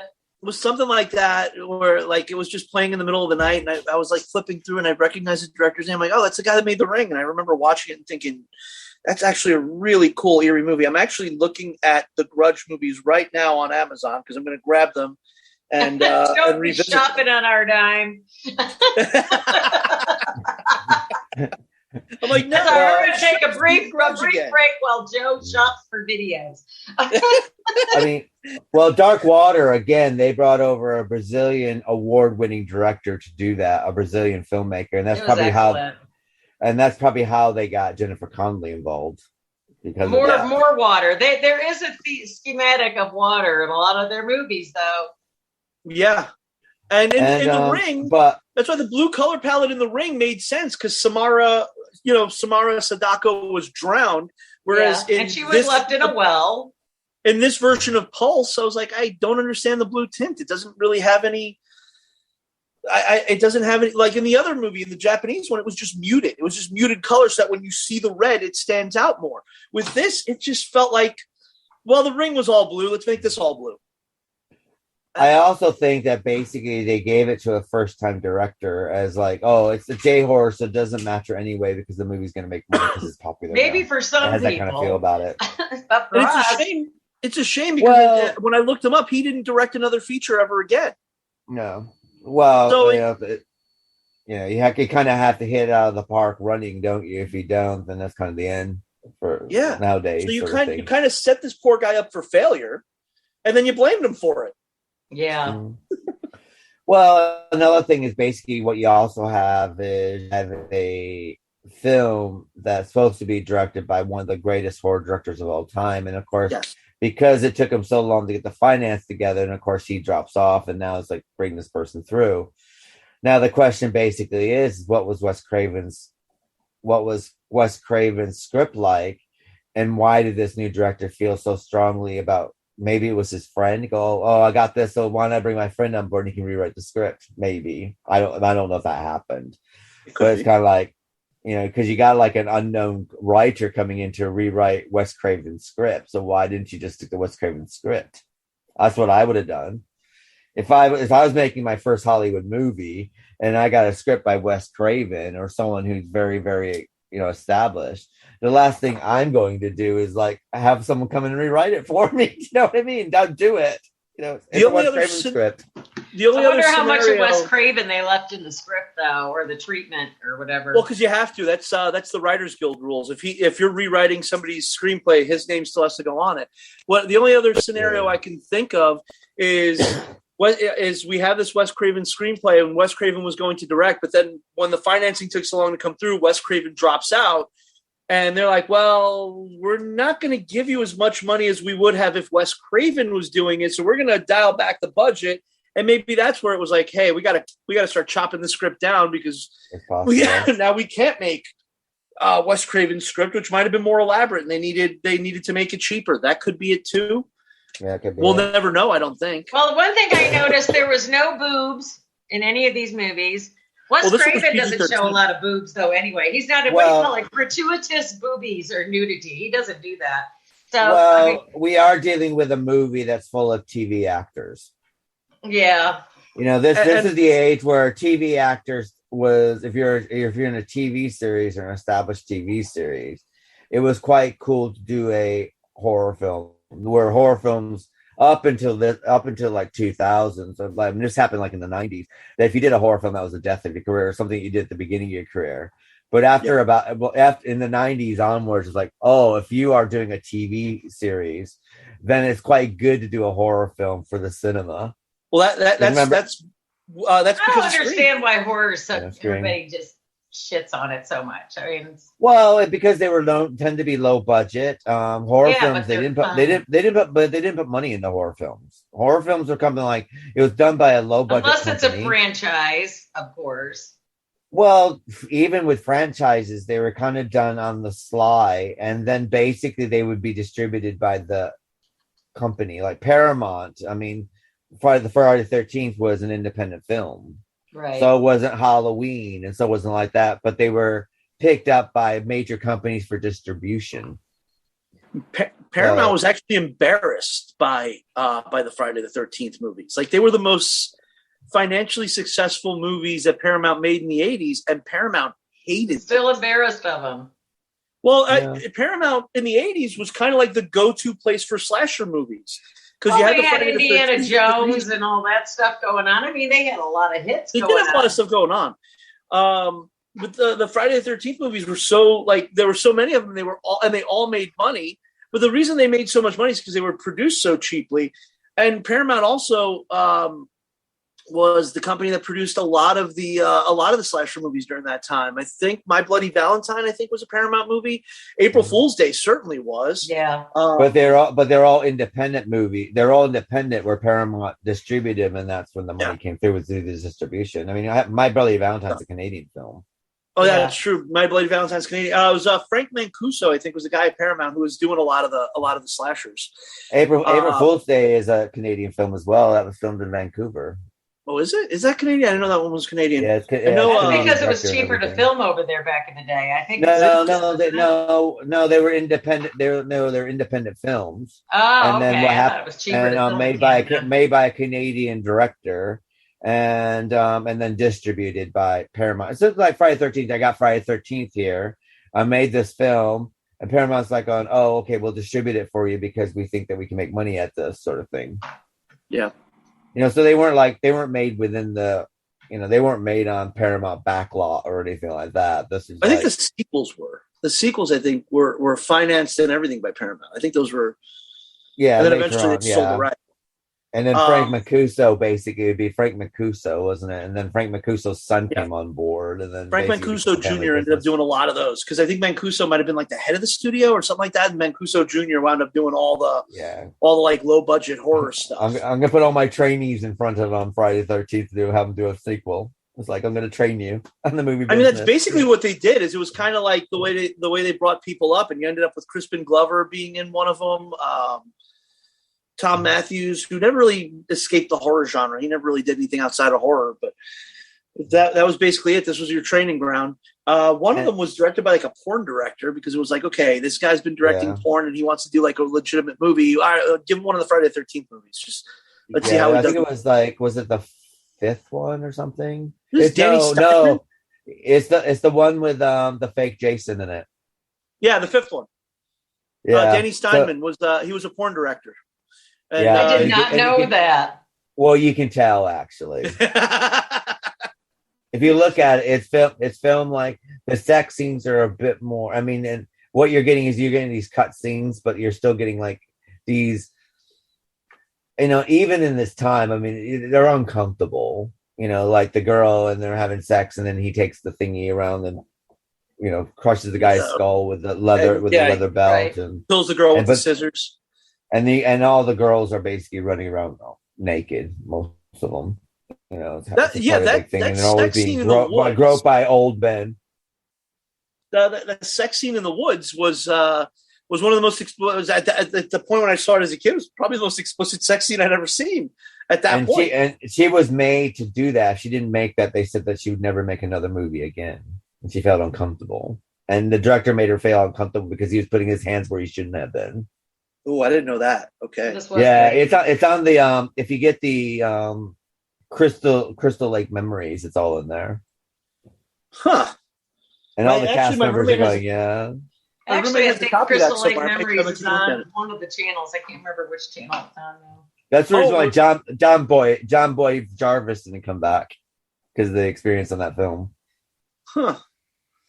So I had he was a born again Christian, and he was having a hard time dealing with the director and the way the director was doing things. Now we had Dark Shadows, one where she was really Christian and she didn't want to do the vampire thing. They had to make her take her crucifix off. We had that problem in Buffy as well. Do you remember the female teacher that was going to fall in love with Giles? She was a born again Christian. She had to leave because it was going against her Christian beliefs. Sort of thing.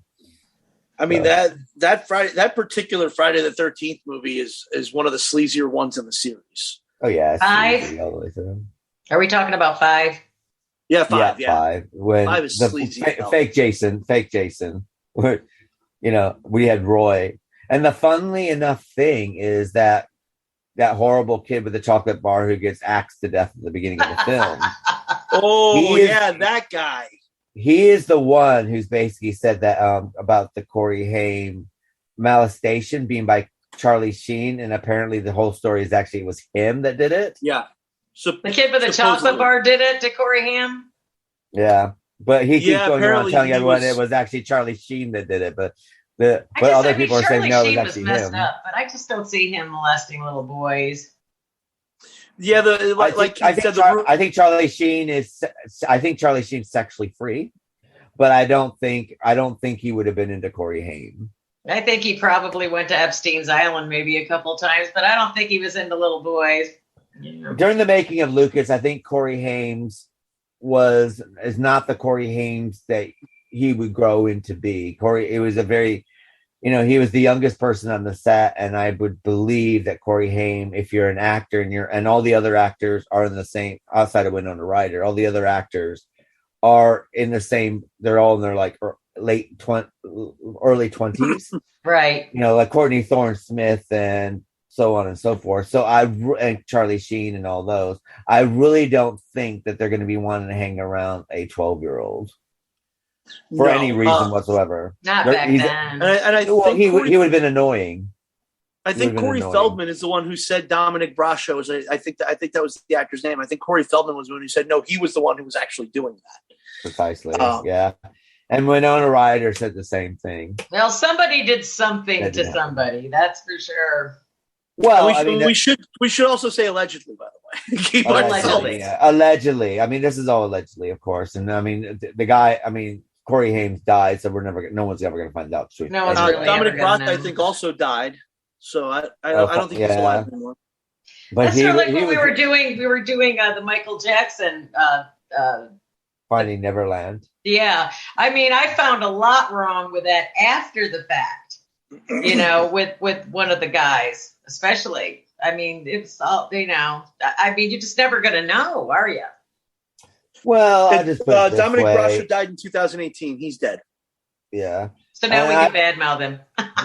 Well, I mean, the thing is that he was, him like Corey Feldman are very, very hungry to have the spotlight shown on them. So it's really hard to differentiate. Are they saying this because they want the spotlight on them, or this is the reality of the situation? So there's a lot of that kind of. Well, it's Hollywood. We know how dirty it really is. There's a lot of dirt. We've talked to people, and I do, and I do believe, I do believe that sexual molestation of children does happen. Don't get me wrong, but at the same time, sometimes you're kind of wondering about these people who are so hungry for the notoriety to be shined back on them, like Corey Feldman, that he'll do anything to get back to become popular again because of his failed career. That how much of it's true and how much of it's just so. That's true. You really got to take a lot of it with a grain of salt. There is no actual evidence. I mean, it's all hearsay, basically. At this point. All hearsay. The same thing with like Michael Jackson, and did he or did he not? We're never going to fully know. So, no. And if he did, well, if you're parents and you're giving your kids over to someone you don't know, letting them sleep in their bed and all that. But I think Corey Feldman said Michael Jackson never did anything untoward towards them. So I mean, yeah, he did. He did say that. He said he didn't. He didn't really believe the story when it came to Michael Jackson. Well, and he was friends with Michael Jackson when he was alive. I mean, it'd be interesting. I mean, I'm not saying anything happened. No. But sometimes, but someone like Corey Feldman, and I know a lot of people love him, and it's fine, whatever. But in my opinion, if he Corey Feldman's so hungry for fame again that it wouldn't surprise me if he changed his story later on, somewhere down the road as well. So so his name's mentioned again. So, I mean, who knows? I mean, we'll never know what happened. When people are dead, it's kind of hard to know what the true is. You can, we could spend forever trying to piece pieces together, but the people are dead. Whether was Marilyn Monroe killed or not. We can go on and on. Oh, we all know that the Kennedy's off Marilyn Monroe. But everyone's dead. Everyone's dead. But everyone's dead. So all it is speculation, isn't it? So. At this point, yeah, that's all we can do is that's what the story is. Supposedly, that's what happened. Well, unless someone filmed what actually went on, you're never going to know because everyone's dead. The CIA, the FBI, dirty. They were dirty then, and they're dirty now. Peter Lawford dead. Peter Lawford said that she was fine, and he spoke to her prior to the suicide. He was prostituting her out though as well. So it's kind of like, so you're never gonna know. They're all dead. Frank Sinatra dead. The Kennedys dead. All of Kennedys. Used to be the FBI agents involved, the CIA, the mafia that were around at the time. They're all dead. They're all dead. Well, yeah, this is 60 years ago. Somebody somewhere has something. Somewhere there's some form of evidence to hold over somebody's head somewhere. I'm just saying. Not anymore, because all it would be is just hearsay now. Because unless you filmed it happening, yeah, it's nice to speculate. Evidence. When I get over to the other side, I'll ask the Kennedy boys what really happened, Dick. Even if they're guilty, they got off with it anyway. I mean, look at Ted. He got away with Chappaquiddick. Drown some woman and then he gets in no trouble at all after he Roman Polanski, there's another sex one drugs a 13-year-old, and he's still giving money to make movies, and he's a genius. So he just can't do anything. But poor Harvey just swung in a tree by himself like a leaf twisted in the wind. And Harvey didn't have sex with anyone. He went down on people. Or Bill Cosby. Fights women over. They wear his pajamas. I mean, I'm never going to feel bad for either of them for all the shit. No, I won't either. So fuck them. But yeah, it seems. I think it's funny though that they both showed up with walkers. That always kills me. Cosby and Weinstein show up with walkers, and then they're walking fine after the fact. Look at the guy from Aaron Brockovich, that lawyer who ended up ripping off all those people. Now he's got Alzheimer's. It's like, oh, that was convenient. now that people want their money that you've stolen, and it's like, oh, I got Alzheimer's now. It's like, okay, so he's walking around with a walker. You got people kill me. People watching is just You just never. How do the bad people always get away with it? They do. Well, because while they're famous and they're still making your money, you can get away with it. The question is, when you stop making the money, that's when then people turn on you, isn't it? So it's like, yeah. Well, like look at Oprah. You know, before we get into our finals, Oprah and Weinstein were like this, but yet Oprah is so against sexual molestation of women, children. Meryl Streep as well. Oh yeah, Meryl Streep. They're all bunch of harpies. But it could have been a situation where they didn't know it was happening. Or it was everybody knew about the casting couch back in the day. Don't tell me everybody didn't know that was going on. I can tell you. You worked in the industry, but like here, I don't know if it's on Netflix over there, but you should watch the Jimmy Savile thing. And Jimmy Savile, what is it? Jimmy Savile. He was molesting all these kids. He was very famous in the UK. And the thing is, everyone knew. But nobody says anything. Well, they were popular. They're making you money. If you're making you money, you're not going to say anything. It's when they stop making you money. That's when all the stuff. No, but they don't have a problem throwing Boris under the bus. He has one little party during COVID, and everybody rips him a new one. Boris is an idiot. I mean, that's not. Let's not stick up. I mean, when it comes to politicians, anyway, they're all idiots. So I mean, there's no good or bad. But Harvey Weinstein was still making people money, though. Yes, he was. It's just he people. He closed down Miramax, and then that's when it all started coming down. Yeah, he came down after Miramax. I thought that was reversed. I thought Miramax ended up shutting down because Miramax stopped making movies. They said he wasn't going to do it anymore, and then that's when I can't remember which happened first. I know one of them shut down. I mean, it's one of those cases that shouldn't have happened, but at the same time, you're kind of putting yourself into a situation, so you got to accept some responsibility. Yeah, well, he gave me drugs. I think it depends if you want to be a movie star or want to be an actress. I think that's what it comes down to. Now, saying that doesn't give him a free pass and said that it's right. No, but you can't rape the willing. Well, I mean, a lot of cases, there were a lot of women in the 90s that were in Miramax movies and then just disappeared and never made a movie again. Or never made a movie on that level again. And it was just, oh, you're not going to sleep with me? Well, I guess some people are so repulsive. I couldn't do it. Harvey Weinstein did not have intercourse with anybody. No, it was all the old. Or he oraled them. But the question basically is, if someone's going down on you, it's pretty easy to kick them out of the way. Yeah, that's saying that you shouldn't, but he shouldn't have been doing it either. Let's reiterate that. Well, I mean, but they were all consenting adults, one would hope. But that's just the way it is. Now, how did we get to that from? I didn't understand why Hollywood doesn't translate well. Because we talked about Friday the 13th, then went into Dominic Bravo. That's what happened. Okay, thank you. Sometimes I got to take notes on where I get my. And at the end of the day, it all went back to the Weinstein Corporation, didn't it? Yeah, it did. And he did produce this movie. I hate to say it, but the man did good movies. Okay, I mean, pervert as he might have been. Oh yeah. He has some real good movies. Absolute scumbag of a human being, but great movies. Produced a lot of the best movies of the last two or 3 decades. Yes. Yeah. Every once in a while, I see it says a Harvey Weinstein production, and I go thump his little heart. And again, for anybody listening, I'm not condoning what he did because he made great None movies. of us are here. We're just making light of it. He made great movies. Period. New sentence. He was a scumbag of a human being. That's right. One does not have anything to do with the other. But I will iterate one thing. Normally, the greatest talents of our time and in the future and in the past all tend to be a bit fucked up. Yeah. It's sort of like our greatest composers, our greatest musicians, or whatever. They're all drunks or addicts. Or artists, Van Gogh, Ernest Hemingway. I mean, it goes on and on and on through time. So I don't know. Maybe Mozart, to be brilliant at what you do, you need to be a bit screwed up. So I don't know. I think you do. I think to some level, you have to be a little off to be able to do something that's completely different than nobody else is doing. You have to be a little creative crazy. And brilliant. Yeah. Yeah.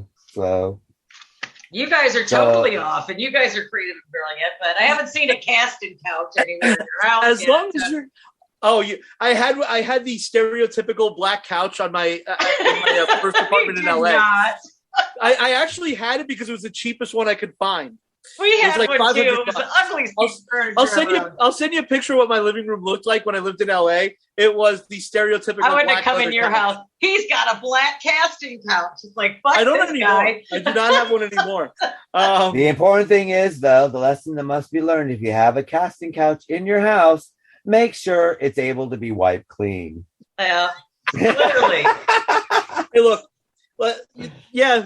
People are a little off. People who create are a little off. But as long as what you're doing, as far as being a little off, isn't hurting anybody else, go do you. Go do whatever the hell you want to do. Just as long as no unwilling party gets hurt. That's right. Whatever, man. Do your thing. That's right. That's really such an easy thing to live by, too.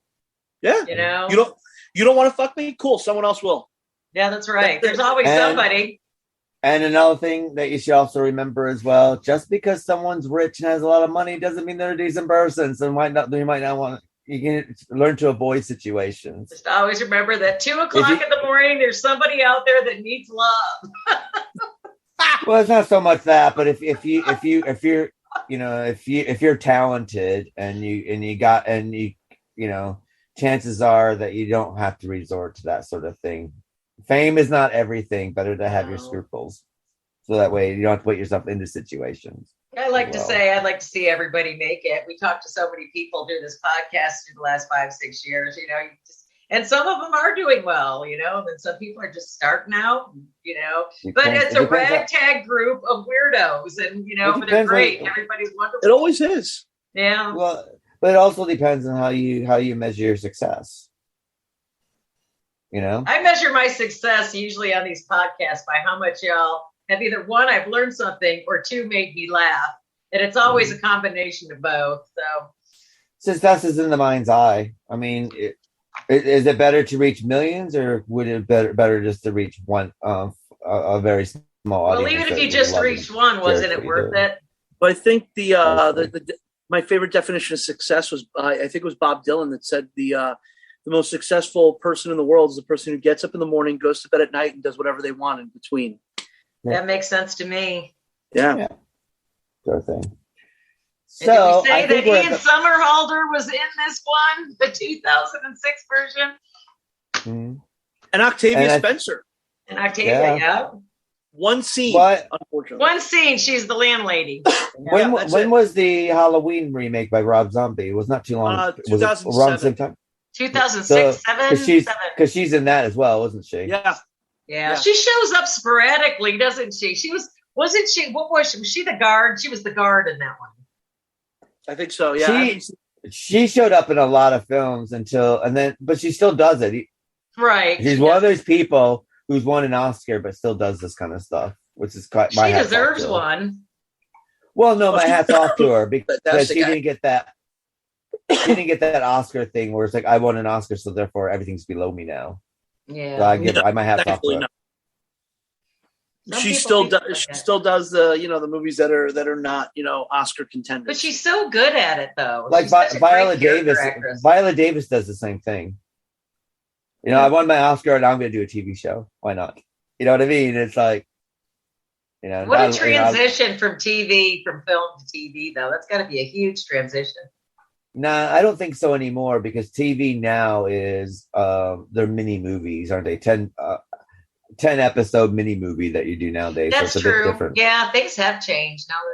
It's not like before. It'd be like 24 episodes a season, and then you get like a month or two off before you go back. I'm just waiting patiently for Yellowstone season 5. That's the thing. I feel like television has gotten a lot better and movies have gotten a lot worse.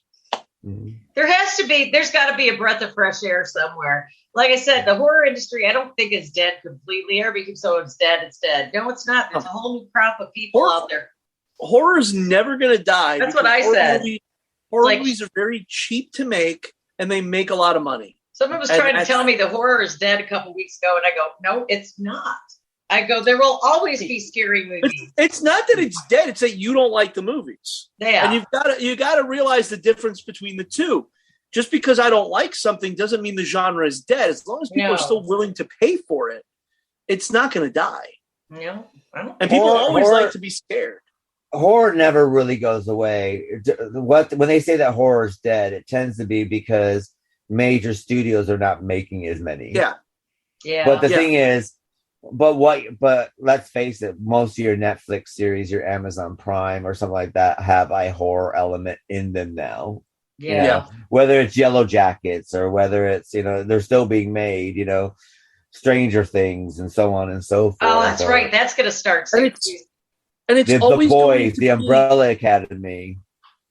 And it's always going to be where the next generation gets their start. Is always going to be horror movies. It always has been and it always will be. You're right. Yeah. You're 100% correct on that. You look at just people who came up under Corman in the 60s. Yes. Jack Nicholson, Francis Ford Coppola, Joe Dante, Peter Bogdanovich.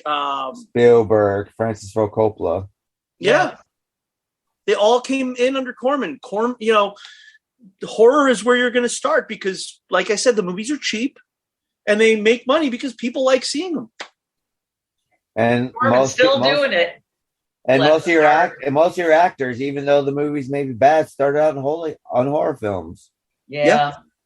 Jennifer Aniston. She started out in horror. She was in Leprechaun. It was like The Relic or whatever that was. Oh, with the green stuff coming out of the walls or whatever back in the day. Got a huge following. Everybody said it sucked. Well, I'll tell you what. You want to see a bunch of newbies who became Academy Award winner actors? Watch The Burning. Watch what? Yeah. The Burning, which is another Weinstein movie. The 1981 which is basically all these. They're all Academy Award winning actors in there. They weren't at the time. They were just starting out. In forever. Looking for ideas tonight. I always give my night. Every time I do a podcast, I get a free night of watch whatever I want. No reading, no nothing. Johnny Depp, he's in the news. Johnny Depp, huge star. I love Johnny Depp. Let's not get in. Yeah, we won't get into what's going on in the trial. No, I still love him. He's being shit on, literally, but I still love him. He started out in horror movies. Patricia Arquette. Yeah, he started out on a Nightmare on Elm Street. Yeah. You know what? It took me until 2 years ago to realize that was him. Really? And I go, that's Johnny freaking Depp. I never noticed. You went from that to 21 Jump Street. So, and that's where he became a star. He became a teen heartthrob. And John Waters was his first legit film, which does say a lot. Crybaby. But they were Patricia Arquette with Dream Warriors. Yeah, Patricia Arquette with Dream. Lawrence Fishburne is in Dream Warriors. Mm-hmm. Yeah. Then there episodes of Freddy's Nightmares. There was one episode of Freddy's Nightmares that had Bill Moseley and Brad Pitt in. Yeah. So yeah, everybody starts out doing horror. Yeah, because it's cheap and it's a good way to be seen, and you're cheap, and then if you do a good job on that, then you move forward. What year was The Burning? That's just buggy. 81. Not 81, yeah. Was it 81? Yeah. But Holly Hunter's in it. The guy from Seinfeld's in it. Jason Alexander, yeah. Jason Alexander's in it. I know I've seen it. But that's the thing about horror. 1981, you're right. And horror tends to do very, very well. The worse things get, which is where we're entering the recession and stuff like this. You'll see horror start coming more. I was talking to a kid at work about. Well, I mean, how many pandemic flicks have come out since 2020? Even 2012. I mean, pandemic flicks galore. Corona zombies. That actually has a cult following now. I actually sat through it all finally. By the way, Corona zombies is just. Kind of, they took the bunch of kids having fun is what it was. They took Hell of the Living Dead by Bruno Mattei and cut out like a bunch of scenes and just had like a bunch of actors go in there and like redub the dialogue to make it about coronavirus. People laugh. There's a lot of people don't know that movie exists. I bring it up in horror groups and they go, "We haven't seen any decent movies about Corona and zombies." I go, "Corona zombies. It's out there. Go find." Yeah. And then Charles Band films two girls talking in his garage, and that becomes a framing story around it. Yeah, no. I mean, the thing is when you do have dark times, horror does come to the foreground. Yep. Because what happens is people are a bit more scared, and people are a bit more uncertain of what their future is. when times are good, that's when your horror films kind of go downwards a little bit. That's why that's why you didn't have a lot of horror movies in the 90s. Yeah. There were Things some were great. goodies that came out of the 90s, though. There were, they're very far. The 80s didn't suck, though. The 80s, we finally got out of recession. We were booming again towards the middle. Yeah, but your horror films of the 80s, when were the best ones out? 81, Between 1980 and 1986. We didn't feel the boom until after that age. Yeah, you're right. You are right. I hate it when y'all are right sometimes. So, but yeah, that's great. That's a great point. Well, horror is the best way to address what's going on in the world. That's how you address it. And also, if you look at the horror films of the 80s, the victims were the young kids who were just out trying to have a good time, and the old. They're always trying to have sex as the ones that get killed. Oh yeah, have sex. They're gonna die. And the villain who's killing kids that are just having sex and drinking and doing drugs. These kids just want to be left alone. But who was in power in the 80s? And what was his platform? It was his wife's platform. Just say no. No, it was Reagan and family values. And family values. And that reflected in the horror movies. And that reflected in the horror movies because Reagan was the one who let like the people like Jerry Falwell and stuff start to kind of get into politics. And then what you ended up having is you have this extremely moralistic government in the United States. And you have these kids who are like, we just want to be left alone to like fuck and drink. Yeah, and that's all we wanted to do in the 80s. Just leave us alone. We're getting fucked up, but we're going to fornicate in the forest. But at the same time, sex was killing. I'm sorry, I coughed right on that. Sex is what? Sex was killing you at that same time. True. Sex was killing you at that time because of the AIDS crisis. It also was. You had the AIDS scare, yeah. It was terrible. So that was going on at the same time. Brutal. The first Universal horror cycle was during the Great Depression. It kind of tapered off as things kind of started coming up. You're right. World War II hits. You get a bunch more movies. I didn't never looked at it this way. And look at this in the 70s. You have the 50s. You end up getting the atomic scare, and that's when you end up getting like them and all that stuff. You have McCarthyism in the late 50s, and that's when you get Invasion of the Body Snatchers and Do We Trust Everybody? You know, we can't trust anybody. The 70s, if you look at the 70s, a lot of those movies, a lot of the directors, Wes Craven, Tobe Hooper, a lot of those, George Romero especially, they all said that they were looking at Vietnam and going, yeah. Well, Craven specifically said that some of the imagery in Last House on the Left was based on the news that he would see coming out of Vietnam.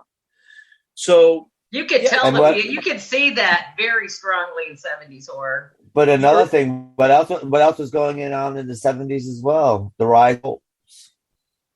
What did we get because of that? Exorcist, The Omen, and cults were growing at that time. Religious cults. You know, Jonestown was just around the corner when these things were being made, and and all the other suicide cults. My favorite was Heaven's Gate. Early in the early 2000s, in the wake of what was going on at Abu Ghraib, all of a sudden you have all these torture porn movies coming out. Yeah, it's all related to the political climate. Oh my God! But how do you explain it? Do you explain that with like Atras and the Serbian film and all that? Is that where that? Because that's serious torture porn. Well, Serbian film didn't come out of the U.S. That just came out of that fucked up climate over there. I'm just wondering what their excuse is. No, torture porn is a byproduct of 9/11. Yeah, you think? Explain to me and our listeners. Because basically, America had a frightening about anything that was foreign. Because foreigners attacked your land for the first time ever since the Revolutionary War, and it's the first time it happened. So if you notice, most of your torture porn and stuff like this was about the foreign element. Hostel is about the foreign element going overseas. Hostel, and what can happen to you. That movie still disturbs. There's very few movies that disturb me. Now, Serbian film, I watched it once. I won't watch it again as a woman. And I'm serious. I don't think I could do it again, even though I know it's not real. But the other movie, what'd you just say? The Saw film. The Hostel. That movie disturbed me greatly. One, I like to travel, and two, I know that shit exists out there, and it's scary. Hostel is the birth of torture porn, but then of course, if Hostel wasn't there, Saw is a murder mystery that kind of went into the torture porn thing Developed because that's what into was torture selling. porn, yeah. Because that's what was selling. Speaking of, again, an actress who was unknown at the time, Heather Matarazzo, who's in Hostel 2, the scene where she gets killed in Hostel 2, that is so fantastically acted. And it was like one of those scenes that like actually got me kind of disturbed. I mean, when I'm in a shitty mood, I will turn on Hostel 1 or Hostel 2, but never the Serbian film again. Well, Heather, Patron's, never again. Well, Heather Mozzarella, anyway, I mean, she is one of those fantastic actresses who came out of the independent films of like Welcome to the Dollhouse, wasn't she? Yeah. And that's what's quite interesting at that time period. You were getting people coming out of these small independent films that critics loved, and then going into another independent film with more money and more budget, sort of thing. And then she ends up in the Scream films as Randy's sister, didn't she? So those are disturbing. I think she did. Yeah, I think she did. Yeah, because she pops in the third one, doesn't she? Because Randy's dead, and she has to get the rules, sort of thing. Freaks me out that Tubi actually puts that stuff on there. You know, it's not too hard to find when you want to find the real, or Gravitas. I can't say Gravitas. Well, their channel has a lot of this stuff on there too. I mean, another thing I guess you have to figure when it comes to horror and violence anyway is that as we progress through society anyway, that what was shocking 20 years ago is the norm today. Yeah. I think we just grow numb to it. I think so. That's why. Well, it's not that you grow numb to it, but you see a lot of violence and everything, whether it's a Game of Thrones has beheading of people in it and gore in it, sort of thing. And this is a modern thing. Westworld is very violent. It's very violent. Very violent, and most of your TV shows have that violence in it now. Even Buffy's a bit violent if you think about it for a teenage show, so when it does come to horror films and pushing it. Like the last Scream film, they kind of had to push the violence a little bit more further than they had to. We had a lot of knives going through people's faces that you wouldn't have had in previous. And that because the thing is that we becoming as a society, we're not shocked by any of this anymore. We can look at violence anytime, any day, anytime that you want to. All you have to do is find the right streaming platform. Sort of like Jaws. There wasn't a lot of gore in Jaws, but the monster was the star that you hardly ever saw him. And I don't know if anybody knows how to do that anymore. I think you got a lot of that with these two movies, getting back to them. Because there wasn't any boobs. There really wasn't a lot of gore. It was just a lot of, mental manipulation watching people die. Well, the J-horror movies were marketed as they were all marketed as PG-13 movies because they wanted to get like the teenage audience in there. To get in and watch them. So yeah, you're not going to have boobs in these. You're not going to have a ton of gore. You're going to have creepy imagery. And hell, Amber Tamblyn in the first Ring, when they do that quick cut where they show her in the closet, her face is all deformed. Yeah, that is a creepy image I will never get rid of. That is the creepiest. I mean, they did that with the other Ring, but it wasn't near as good. I mean, they made their faces look totally wiped out, just totally wiped out in those. Well, another thing that J-horror is about, basically, it's J-horror. If you wanted to capture J-horror, whether it's A Tale of Two Sisters or... that's the one! Later on. A Tale of Two Sisters? Tale of Two Sisters was the other one. I was like, there was a really good version of it, and then the American remake was terrible. Yeah. But whether it's The Grudge, The Ring, or something like this, Japanese horror is basically... Japanese version of The Haunting. It's all suggestive. Yeah. It's all about what you're not seeing. It's about what you're experiencing and what you're feeling. It's all about what the audience is. It's not about what you're seeing. It's about what's happening and what you think is happening. And I think that's why, for the most part, they don't translate well into American films, because American films about let's throw it at the camera, whereas Japanese films, it's about setting up that mood and that sense of dread. And you might not ever see anything happen in those movies, but you feel so creepy watching because you feel like, oh, there's something right. No, okay, no, there wasn't something right there. Like the train scene in the first Pulse. I kept thinking because of the way it was shot with the black window right behind them, I kept thinking there's going to be something that's going to. No, nothing happens. But it just sets up that eeriness, and then when something does happen, it's very, very cool. It's and it's very, very creepy. The library scene. Oh my god, the library scene in the original Pulse is so fucking good. It was. And that kind of gave you an anxiety attack a little bit. And I think that's why I liked it so much, is that I was kind of sitting there, and like I said, it was broad daylight when I was watching this, because I worked late last night. So I was like, oh my god, what? This is actually creeping me out, and it's bright in here, and it's creeping me out.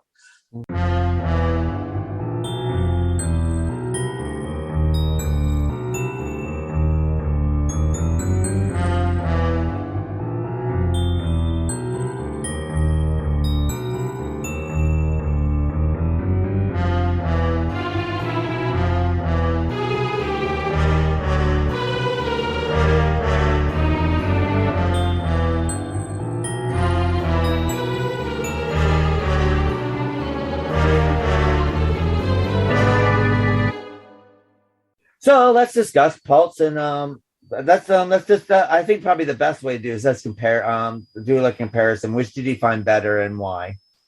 Starting with you, Vicky, which Pulse did you like, 2001 or 2006, and why? I like 2001 better, even though I love 2006 as well, because they're my familiar stars and whatnot and people I admire. But 2001, there's something about the J-horror that it's just something totally like an art of its own. And I didn't think it translated well into the Hollywood genre. And that's all I got to say about that. And what about yourself, Joe? That's actually the perfect way to describe it, is the way she just described it, as it's kind of a style of art of its own, and that's what J-horror was. It's a very brief moment in horror history, but we had some excellent movies. As far as between the two of these, hands down, the original Pulse I think is so much better. Like we said, it kind of just had that sense of dread. And it just kind of just stayed there the whole time. The whole thing was dreadful, period. It gave you anxiety and just sadness and desolation. It's what it was. But I feel it was well done. Where like I'm watching the 2006 one and going, "Oh my god, this is schlock." Like 2006, I was just like, "This is like the ghosts look so terrible that I couldn't do it." I was just like, "No, this is." I'm gonna have to go back and look at the ghost again. Oh my god! They just look like horrible CGI. It is CGI, and it's now 15 years later, so it's even worse CGI than it was when it came out. Good point. Which, good point. Movies based around special effects don't usually keep very well, and this one does not. I didn't see it in 2006. 2006, I might have thought a completely different way about it, but watching it now is just like, wow, this is bad. I saw the film in 2006. I liked it at the time. And because it's like I quite enjoyed it, but I quite like Kristen Bell. I liked her since Reefer Madness and things like that. Yeah. But then I caught the Japanese one like a couple weeks later, and then this kind of paled to me because I saw that and also because the older I get, the more appreciation I'm getting for the Japanese version as well, because it just actually means more. But at the time when I first saw this actually made me want to see the Japanese version, and I did enjoy this at the time. But this is like the Japanese. I guess if I can compare them, the Japanese one is something that you would see in an art cinema, and the American one is something that you would see at the multiplex because you got an hour and a half to spend and you want some popcorn. Yeah. Maybe it's because I tend to like the former more than the latter. Maybe that's why I just like the original version better. Maybe that's just it. They wrote for a different audience, and I don't know. Sometimes, like you're saying, how you try to sanitize shit, it doesn't come in well. That's also part of it too. The remakes, like we said earlier, PG-13 movies. They were an attempt to get younger audiences in to watch horror movies, where I don't think Or I don't think. I certainly I don't believe there was any intention of having younger people watch the original Pulse. I think that was made strictly for a more adult, more mature audience. So maybe that's it. You couldn't get a kid to sit through that. You couldn't get a kid to sit through that. It could just be a situation where this isn't made for. I also think that it's quite a shame because with the American Pulse, maybe they shouldn't have been talking down to their audience. That's part of it too. What do you mean? If you look at things that should not have been a hit but were a hit with younger audiences, there are films that weren't spoken down to them.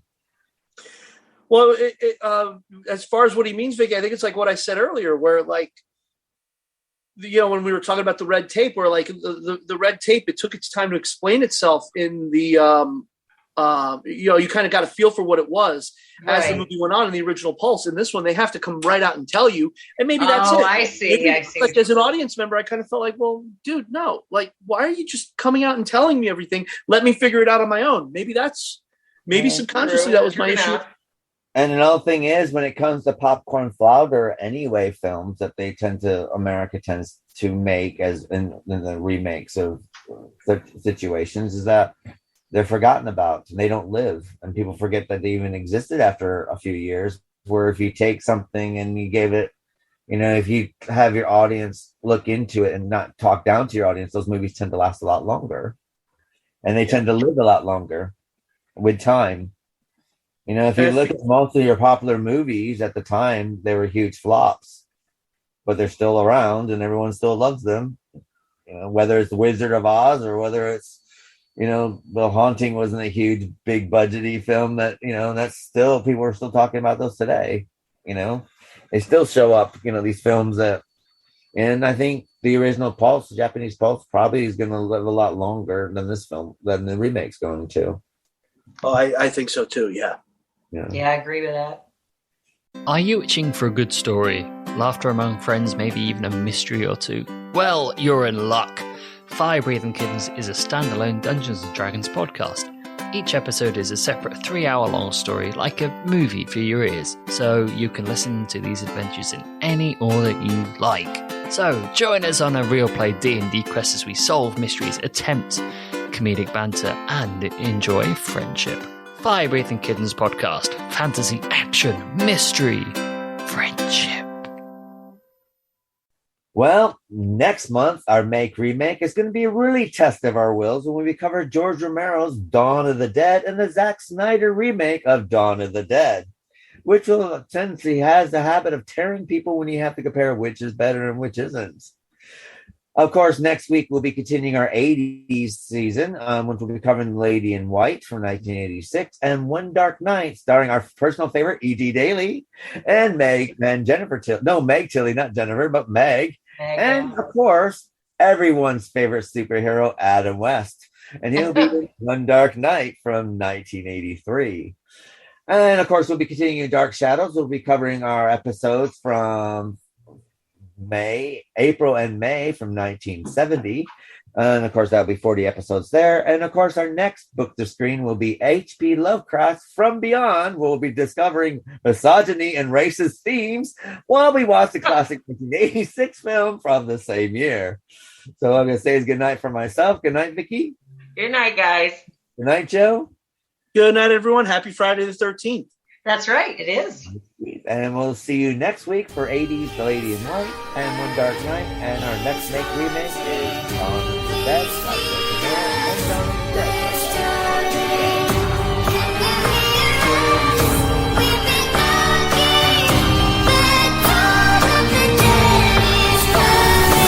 I went to bed cold, but I woke hot. Am I hungover? Gotta hope not. What's all that groaning outside? I'd rather know not. Deadbolt the doors and switch out the old lock. Knock, knock, here comes another apocalypse. But I got my wits about me and you know my shotgun is locked and loaded, polar opposite of ill prepared. When I enter a pandemic, I am the illest there. Easy cats, get ready, step in the door, please. I'm better with the machete than any Voorhees. I may be sober, but I can put away tall boys. About to start a party, cause my squad is all noise. We keep it going till the crows come home. Don't invite over any ogres, so we'll ghost them roll. We got it swampy enough whenever we're covered in guts, but we keep it light and fun. You'll never find a stick up our butt. When all is doom and gloom, you show your teeth. I made my bed in the face of death, but I don't ever sleep. When you lay